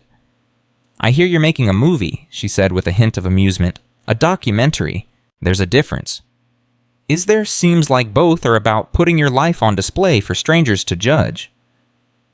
I've been judged by strangers for 15 years. At least this time I get to tell my side. Maya studied him through the glass. You've changed. Even in the few weeks since I first came here, you seem more present, more solid. I'm trying. I know, I can see it. She paused. I want to be part of it. The documentary. I want to tell my side of the story too. Marcus felt his heart clench. Maya, you don't have to do that. This is my mess. You shouldn't have to. I want to, because my story is part of your story. The daughter you abandoned. The years of silence. The funeral I attended for a father who wasn't dead. Her voice hardened. If you're going to show the world who you are, they should see the damage you caused. Not just to the Santiago family. To your own family, too. It could hurt you, publicly. People will know you're the daughter of a killer, a coward, a man who ran away from everything he loved. Maya's jaw set with a determination that reminded Marcus painfully of himself. I'm a public defender. I stand up for people the world has written off. If I can't stand up for my own father, what does that say about me? It says you have boundaries, that you protect yourself. It says I'm a hypocrite, and I won't be that. Maya pressed her hand against the glass again. We're going to do this together. The documentary, the recovery, whatever comes next. You don't get to run from me again. Marcus felt tears threatening. I don't deserve you. No, you don't. But I'm stubborn like my father, and I've decided you're worth fighting for. She almost smiled. Even when you make it really, really hard. The documentary filming continued through spring and into summer. Eduardo captured everything. The group sessions where hardened criminals wept like children. The quiet moments when Marcus counseled inmates one-on-one. The weekly visits from Maya that slowly shifted from confrontation to conversation to something approaching connection. He filmed Carmen Santiago visiting the prison to observe a session standing in the back with tears streaming down her face as men confessed their sins and committed to change. He filmed Rosa and Lucia participating in a dialogue circle sharing what their father's death had meant to them listening as inmates shared their own stories of loss and guilt. He filmed Big Raymond Cross transformed from the prison's most feared man to its most unexpected counselor using his own journey as proof that change was possible. And he filmed Marcus Cole day after day carrying the weight of everything he'd done while showing other men how to carry theirs. On a Wednesday afternoon in late August, 11 months into his rehabilitation program, Marcus received news that would change everything. Cole. Warden Harrison stood in the doorway of the chapel where Marcus was preparing for a session. His expression was unreadable. We need to talk. My office, now. Marcus followed his stomach tight with anxiety. Had something gone wrong? Was the program being shut down? Had someone complained about the documentary? Harrison closed the door behind them and sat behind his desk.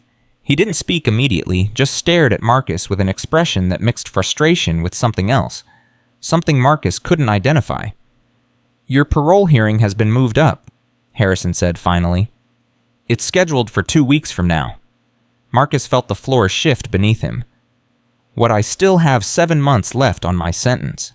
The parole board reviewed your case in light of the rehabilitation work you've been doing. Combined with good behavior and the positive publicity you've generated for the prison system, they've decided to expedite your hearing. Positive publicity, that's not why I started the program. I know, that's probably why it worked. Harrison leaned forward. Here's the situation. If the parole board approves your release, you'll be out within a month. Your program will need a new facilitator. The documentary will need a new ending. Everything you've built here will have to survive without you.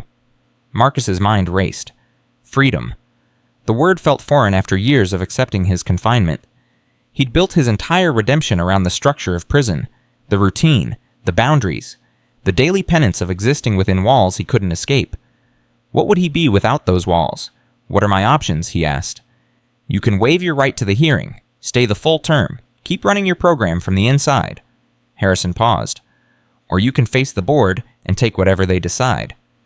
Do you think they'll approve release?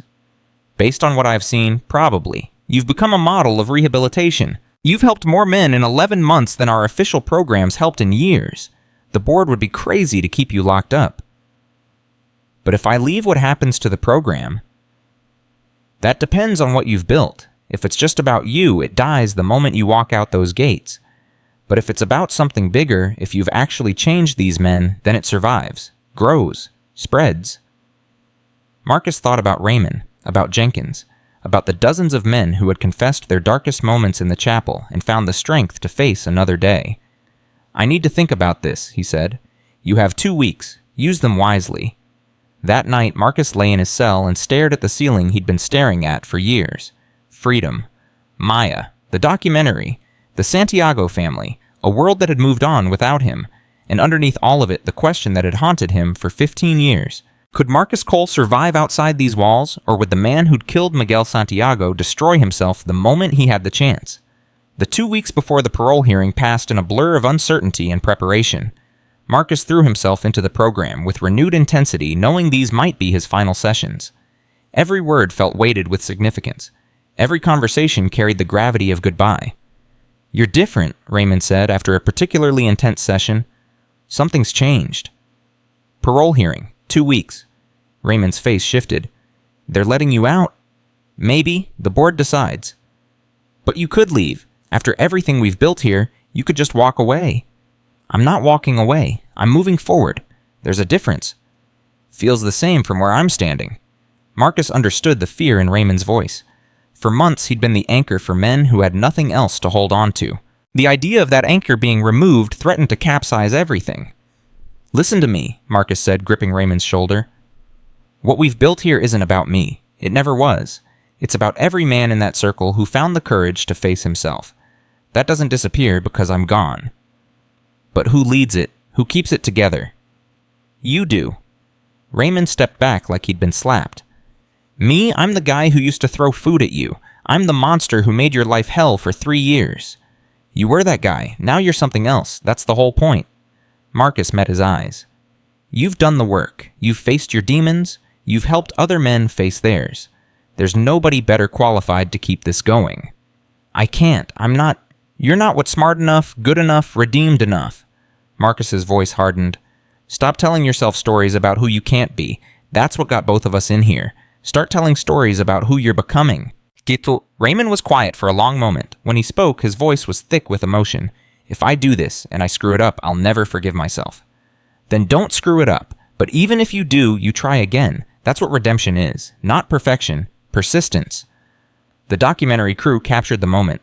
Eduardo later said it was one of the most powerful scenes he'd ever filmed. Maya came for her visit 3 days before the hearing. You're scared, she said immediately. I can see it in your face. Terrified. Of the parole board. Of what comes after, if they say yes? Marcus leaned forward. For years, these walls have been my penance, my structure, my excuse for not facing the real world. What happens when they're gone? You build new walls, better ones you choose instead of ones forced on you. What if I fall apart out there? What if I go back to drinking, fighting, destroying everything I touch? Maya's expression softened for the first time since she'd started visiting. Then I'll be there to pick up the pieces. That's what family does. You barely know me. I abandoned you for 15 years. Which means we have 15 years of catching up to do. She pressed her hand against the glass. I'm not saying I've forgiven you. I'm not saying everything's okay. But I'm saying I want to try. I want to know who my father really is, not the ghost who left or the legend who disappeared. The actual man. And if the actual man disappoints you, then at least I'll know. At least I won't spend the rest of my life wondering. Marcus felt tears threatening. He'd spent so long protecting Maya from himself that he'd never considered she might want to face that challenge willingly. I don't deserve you, he said. You keep saying that. Maybe it's time to start earning what you think you don't deserve. The morning of the parole hearing, Marcus woke before dawn. He'd barely slept. Every time he closed his eyes, he saw Miguel Santiago's face, saw Carmen at the funeral, saw Maya as a 10-year-old girl sleeping peacefully while her father crept out of her life. Cole! Officer Webb stood at his cell door. It's time. Marcus followed him through corridors he'd mopped 1,000 times, past cells filled with men he'd counseled and comforted, past the chapel where broken souls had learned to speak their pain. Every step felt like leaving a piece of himself behind. The parole board consisted of 5 people, 3 men, 2 women, faces that held his future in their hands. Marcus Anthony Cole, the chairman began. You're here for early release consideration. Before we proceed, is there anything you'd like to say? Marcus had prepared a speech, hours of careful words designed to demonstrate remorse and rehabilitation. But looking at those 5 faces, he realized prepared words weren't what this moment needed. I killed a man, he said simply. 15 years ago, I threw a punch that ended a young father's life. His name was Miguel Santiago. He had a wife named Carmen. He had twin daughters named Lucia and Rosa. He had a future full of promise that I took away in a single moment. The board members shifted. This wasn't the typical parole hearing speech. For 15 years, I ran from what I did. I destroyed my marriage, abandoned my daughter, threw away everything I'd built, and eventually ended up here. Not because I got caught, but because I wanted to be punished. I needed to suffer for what I'd done. Marcus paused, gathering himself. But suffering isn't redemption. I learned that here. Punishment alone doesn't heal anything. It doesn't bring back the dead. It doesn't repair the damage. It just creates more pain. What changed, Tom? One of the board members asked. Carmen Santiago forgave me, not because I deserved it, but because she was tired of carrying hate. Her daughters came to see me to understand the man who'd killed their father. And my own daughter, who I'd abandoned for 15 years, showed up and demanded I stop running. Marcus met each board member's eyes in turn. I started a program in this facility, men helping men face their guilt instead of burying it. We've had inmates who hadn't spoken about their crimes in decades finally find the words. We've had violent offenders learn that strength doesn't require destruction. We've had broken people start putting themselves back together. The warden speaks highly of your work, another board member noted. The warden gave me a chance when he didn't have to. So did Dr. Chen. So did Officer Webb and the guards who looked the other way when I bent the rules to help someone. This facility changed because people were willing to try something different. And if we grant your release, what then? Then I keep going. The documentary Eduardo's making will spread these ideas to other prisons. Other facilities can start their own programs. Men who think they're beyond redemption can learn that they're not. That's ambitious. Maybe, but I've spent 15 years thinking small, hiding, disappearing. It's time to think bigger. The board members exchanged glances. One of them leaned forward. Mr. Cole, I've been doing this job for 20 years. I've heard every kind of speech. Remorse speeches, rehabilitation speeches, promise speeches. Most of them are performances designed to tell us what we want to hear. Marcus waited. Yours isn't, I can tell. The board member paused. But I have to ask you something, and I need an honest answer. Ask. Do you actually believe you deserve freedom? After everything you did after Miguel Santiago died, because of you, do you believe you've earned the right to walk out of this facility? The question cut to the heart of everything Marcus had been wrestling with. No, he said quietly. I don't believe I deserve freedom. I don't think I'll ever deserve it. Miguel Santiago is dead because of me. Nothing I do will change that. The board members shifted uncomfortably. But I've learned that deserving isn't the point, Marcus continued. Carmen Santiago didn't forgive me because I deserved it. Maya didn't come back because I deserved it. The men in my program don't open up because they deserve healing. We do these things because they're necessary, because carrying our burdens alone will destroy us. He took a breath. I don't deserve freedom, but I'll try to earn it. Every day, for the rest of my life. And if you give me this chance, I won't waste it on self-destruction. I'll use it to help others find what I've been searching for, which is the courage to face yourself, the strength to carry your weight, and the hope that you can become better than your worst moment. The board deliberated for 45 minutes. Marcus waited in a holding room, staring at walls that might be his last prison walls or just another checkpoint on an endless journey. He'd said everything he could say, done everything he could do. The rest was out of his hands. When they called him back, he couldn't read their faces. The chairman spoke. Mr. Cole, this board has reviewed your case extensively. Your conduct during incarceration has been exemplary. Your rehabilitation program has produced measurable positive outcomes. And your testimony today demonstrates a level of self-awareness that we rarely encounter. Marcus's heart pounded. However, we have concerns. Your crime, while adjudicated as assault rather than homicide, resulted in serious injuries to 3 individuals. Your history includes the psychological trauma of causing a death in the boxing ring, which raises questions about your stability outside a structured environment. I understand, Marcus managed. We've weighed these concerns against your demonstrated progress and your plans for continued rehabilitation work. The chairman paused. By a vote of 4-1, this board has decided to grant your petition for early release. The world tilted. You will be released in 30 days pending completion of standard processing. You will be required to maintain regular contact with a parole officer and continue participation in approved counseling programs. Any violation of these terms will result in immediate return to custody. Marcus couldn't speak, couldn't move, couldn't process the words he'd just heard. Do you have any questions, Mr. Cole? No, sir, thank you. Don't thank us yet. Thank us when you've proven this decision was the right one. The news spread through Ridgemont within hours. Marcus returned to his cell to find a crowd gathered outside. Inmates who had been in his program, guards who had watched his transformation, even some men who had never attended a session but had heard the stories. They're letting you go? Jenkins asked, his weathered face full of emotion. 30 days. Hot damn. The old man's eyes were wet. 40 years I've been in this system. Never thought I'd see something like this. A man goes in broken and comes out whole. I'm not whole, Jenkins. I'm still cracked all over, but the cracks are holding now. Raymond pushed through the crowd. I heard. Congratulations. You ready? No, but I'll get ready. Raymond extended his hand. You showed me something, Iron Thunder, something I never knew existed. I won't let you down. Marcus took his hand. You won't let yourself down. That's what matters. The 30 days before release became a marathon of preparation. Marcus worked with Dr. Chen to establish protocols for continuing the program without him. He trained Raymond extensively, walking him through facilitation techniques, conflict resolution, strategies, ways to recognize when a man was close to breaking. You're better at this than you think, Marcus told him during their final training session. You've got something I never had. What's that? You lived on both sides. You were the monster and the man trying to overcome the monster. The men in this program will see themselves in you. They saw themselves in you too. They saw what I became. They'll see what you're becoming. There's a difference. Your journey isn't over. Mine is just starting a new chapter. Eduardo filmed everything. The preparations, the goodbyes, the quiet moments when Marcus sat alone in his cell, staring at walls that had been his world for years. What are you thinking? Eduardo asked during one of these moments. I'm thinking about Miguel Santiago, wondering what he would say if he could see all this. What do you think he'd say? Mo? I don't know. I never knew him. Only fought him once, and that fight ended with me taking his life. Marcus shook his head.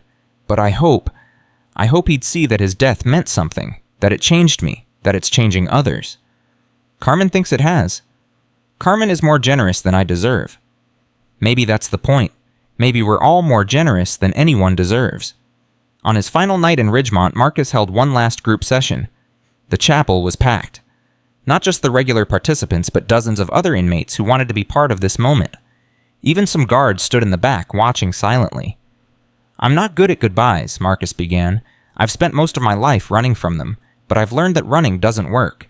The things you avoid have a way of finding you anyway. He looked around at the faces that had become familiar over months of shared pain and halting progress. When I came to this facility 4 years ago, I was trying to disappear. I wanted to be invisible, wanted to serve my time and vanish into nothing. I thought that was what I deserved. But you didn't disappear, Jenkins called out. You couldn't. No, because some things can't stay buried. Some truths demand to be spoken, and some men can't be broken past the point of rebuilding. Marcus paused, gathering himself. What we've built here matters. Not because of me, because of all of you. Every man in this room who found the courage to face his demons. Every confession spoken into the silence. Every tear shed and every hand extended in support. You started it, Raymond said. You showed us it was possible. I lit a match. You all built the fire. And that fire doesn't go out because I'm leaving. It grows. It spreads. It lights other fires in other places. Marcus stepped forward. Raymond is going to lead these sessions now. Some of you might think that's crazy. The man who used to rule this yard through fear now leading men toward healing. But that's exactly why it works. He's walked the path. He knows what it costs and what it gives. Raymond stood up, facing the group with an expression that mixed terror with determination. I can't promise I'll be as good as Iron Thunder, Raymond said, but I can promise I'll try, every day, for as long as they let me. The room erupted in applause. Men who had spent years tearing each other down now lifted each other up. The transformation wasn't complete. It never would be. But it was real. Marcus walked out of that chapel for the last time with tears streaming down his face. Release day arrived with a California sun that felt different on the other side of the walls. Marcus stood at the processing center signing papers that would officially return him to the world he'd fled 15 years ago. Every signature felt like a promise. Every form completed was another step toward a future he still couldn't quite imagine. Cole? Warden Harrison appeared in the doorway. Congratulations. Thank you for everything, for giving the program a chance. You gave it a chance. I just got out of the way. Harrison extended his hand. Don't come back here. I mean that in the best possible way. I'll try. Don't try. Do. You've got people counting on you now. The final gate opened and Marcus stepped through. For a moment, he just stood there breathing air that tasted different. Free air, unchained air, the kind of air he'd taken for granted for the first 32 years of his life and had dreamed about for the next 15. Then he saw them. Maya stood by a car in the parking lot. Next to her was a woman Marcus barely recognized. Christina, his ex-wife. Older now, silver threading through her dark hair, but still beautiful. Still the woman he'd loved and lost and never stopped regretting. Dad? Maya walked toward him. Welcome home. Marcus couldn't move, couldn't speak. The weight of the moment pressed down on him like a physical force. Christina hung back, uncertain. They hadn't spoken in 15 years, hadn't seen each other since the night he'd crept out of their home like a thief. I didn't know you'd be here, Marcus finally managed to say. Maya insisted, Christina replied. She said you couldn't start a new life without facing the old one first. I'm sorry, I know that's not enough. I know nothing will ever be enough. No, it won't. Christina stepped forward.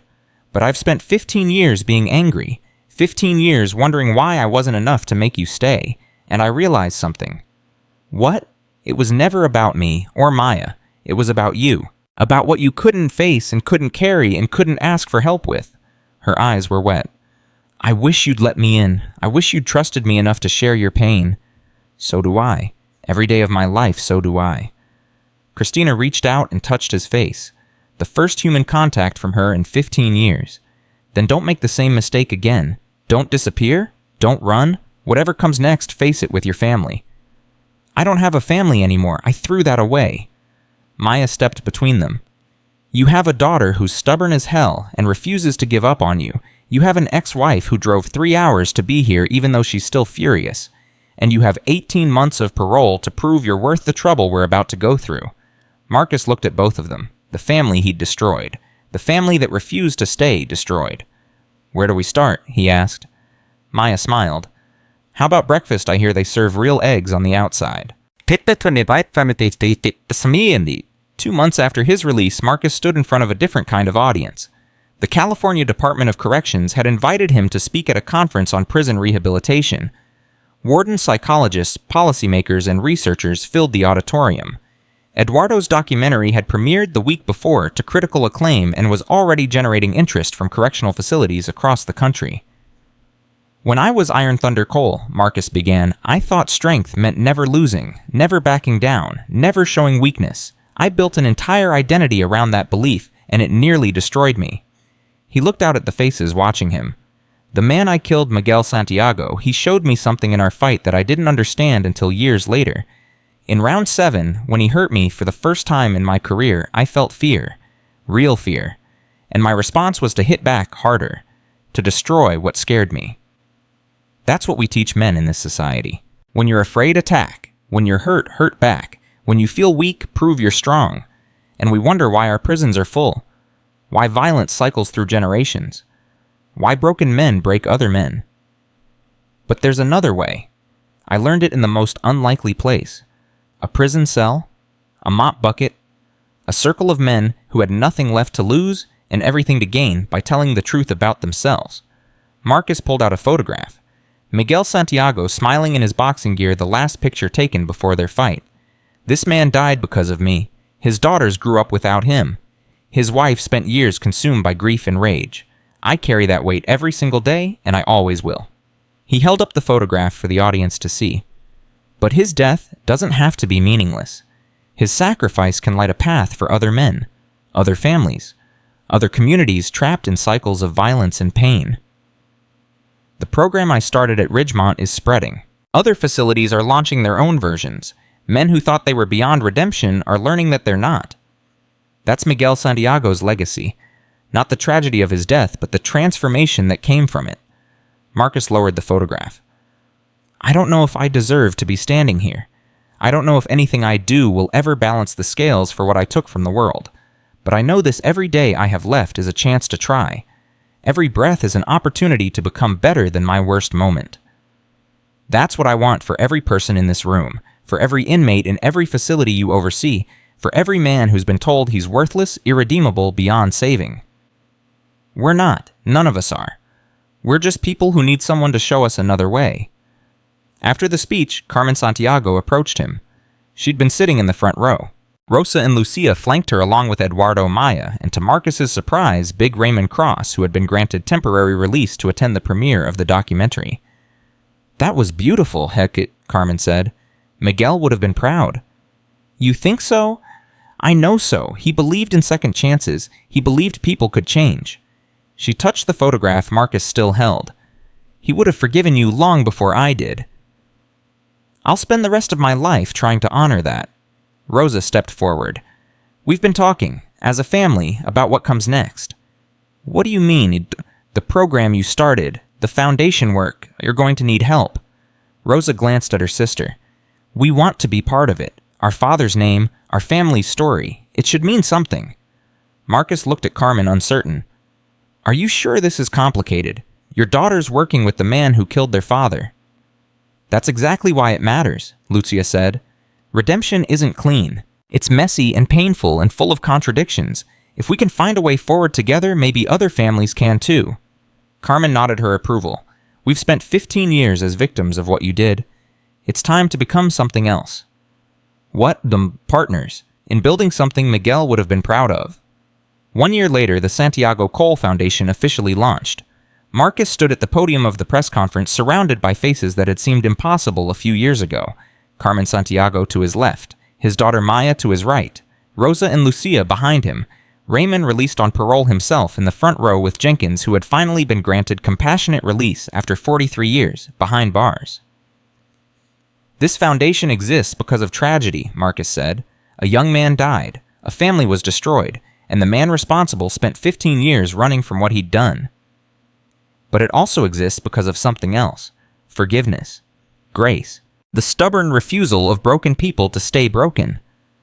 We're launching programs in 30 correctional facilities across the country. Men and women who've made terrible mistakes will have the chance to face those mistakes and find a way forward.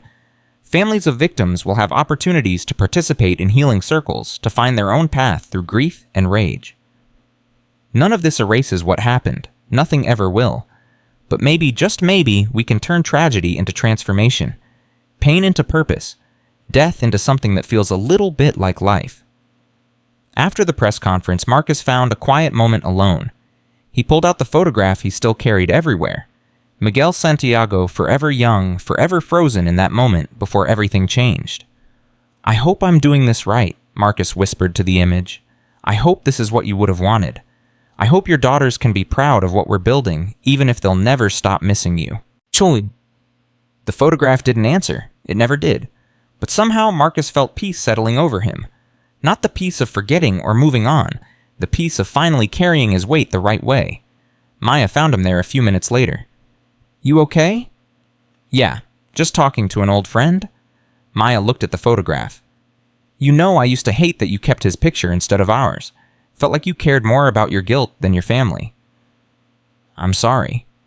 "Don't be. I understand now." She touched his arm. "You needed to remember what you did so you wouldn't become that person again. The picture wasn't about guilt. It was about accountability. When did you get so wise?" "I had a complicated childhood. Makes you grow up fast." Maya smiled. "Come on, there's a celebration dinner and you're the guest of honor." "I don't feel like celebrating." "I know, but you're going to do it anyway, because that's what this new life is about. Showing up even when you don't feel like it. Being present even when you want to disappear. Marcus tucked the photograph back into his pocket and followed his daughter. The Santiago Cole Foundation dinner was full of people Marcus never expected to share a room with.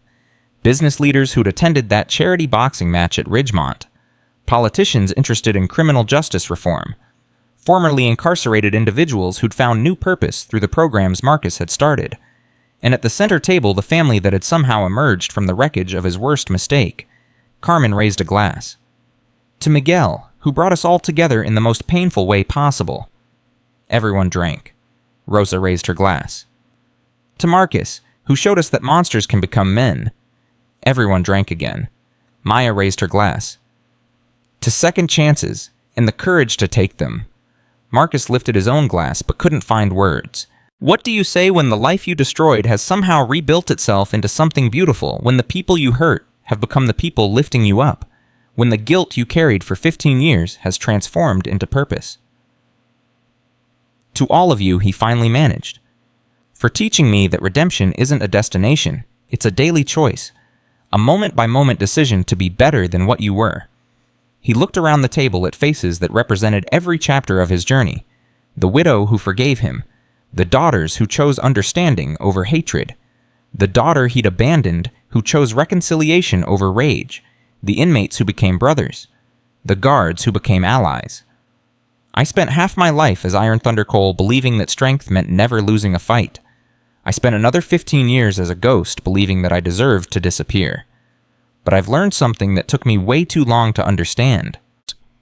He set down his glass and looked at each person in turn. The hardest fight isn't in the ring, it's in here. He touched his chest. It's facing yourself every day and choosing to keep going despite everything you've done and everything you've lost. It's accepting that you'll never fully balance the scales, but trying anyway. Carmen reached across the table and took his hand. Miguel would have loved this, she said softly. A room full of broken people finding their way back to wholeness. That's what he believed in. That's why he stepped into the ring that night. I wish I'd known him, Marcus said. Really known him, not just as an opponent. You know him now, through us, through the foundation, through every life that changes because of what we're building. Marcus squeezed her hand and felt something release in his chest. Not the guilt, that would never fully disappear, but the isolation, the belief that he had to carry this weight alone. He had a family now, complicated, imperfect, built from the ruins of tragedy, but real. Months turned into years. The foundation grew beyond anything Marcus had imagined. Programs spread to facilities in 43 states. The documentary won awards and sparked national conversations about rehabilitation versus punishment. Other foundations emerged inspired by the model Marcus and Carmen had created together. Raymond became a certified counselor and returned to Ridgemont as a paid consultant leading the program he'd inherited from Marcus. Jenkins spent his final years traveling to prisons across the country sharing his story of 43 years behind bars and the hope he'd found at the end. Maya left her job as a public defender to run the foundation's legal advocacy program. Christina remarried a year later to a man who understood that her complicated relationship with her ex-husband was part of who she was. Rosa and Lucia Santiago both became therapists specializing in working with families affected by violence. They called themselves Daughters of Tragedy and wore the title with pride. And Marcus Cole, the man who had killed Miguel Santiago and spent 15 years destroying himself over it, finally found what he'd been searching for all along. Not forgiveness, that had to be given by others. Not redemption, that was a journey, not a destination. Not peace, that came and went like waves on a shore. What he found was purpose, a reason to wake up every morning, a way to honor the life he'd taken by helping other lives flourish. On the 10th anniversary of the Foundation's launch, Marcus visited Miguel Santiago's grave for the first time. Carmen had offered to come with him, but he'd asked to go alone. This was between him and the man whose death had defined his existence. He knelt before the headstone and placed a single white rose against the marble. I don't know if you can hear me, Marcus said quietly. I don't know if there's anything after this life or if we just become dust in memory, but I need to say something I should have said a long time ago. He touched the engraved name with trembling fingers. Thank you for being brave enough to step in that ring with me, for fighting with everything you had, for giving me a gift I didn't understand until years later. Tears streamed down his face. You showed me what I was capable of, the terrible power I carried and didn't know how to control. And your death taught me what that power cost. what I had to become to make it mean something. Marcus stood slowly, his aging knees protesting. I'll never stop carrying you. Never stop thinking about your daughters and your wife and the life you should have had. But I promise you this, every person we help, every life that changes because of this foundation, that's your legacy. Not mine. Yours. He pressed his hand against the cold marble. Rest easy, Miguel. I'll keep fighting. Just not in the ring anymore. I'll fight for the things that matter. For redemption. For second chances. For every broken soul who needs to know they're not alone. Marcus turned and walked away from the grave. Behind him, the sun was setting over the cemetery. Ahead of him, Maya waited by the car ready to drive him home. He climbed in beside his daughter and looked at her face so much like her mother's, so much like his own stubborn determination. You okay? She asked. Yeah, I think I finally am. Good. Maya started the engine. Because we've got work to do. Marcus smiled for the first time in what felt like forever. The man who had been Iron Thunder Cole, who had killed Miguel Santiago, who had run and hidden and destroyed himself for 15 years, was finally ready to live. Not because he deserved it, because he had earned it one day at a time, one choice at a time, one act of service at a time. They called him the world's toughest fighter, but he had discovered that true toughness had nothing to do with fists. It was waking up each morning and choosing hope over despair, purpose over guilt, connection over isolation. It was carrying the weight of your worst moment without letting it crush you. It was believing that even the most broken person could find their way back to something like wholeness. Marcus Cole had spent a lifetime learning that lesson, and now he had the rest of his life to teach it to others. Because redemption is not a moment, it is a lifetime of choosing to be better than the man you used to be.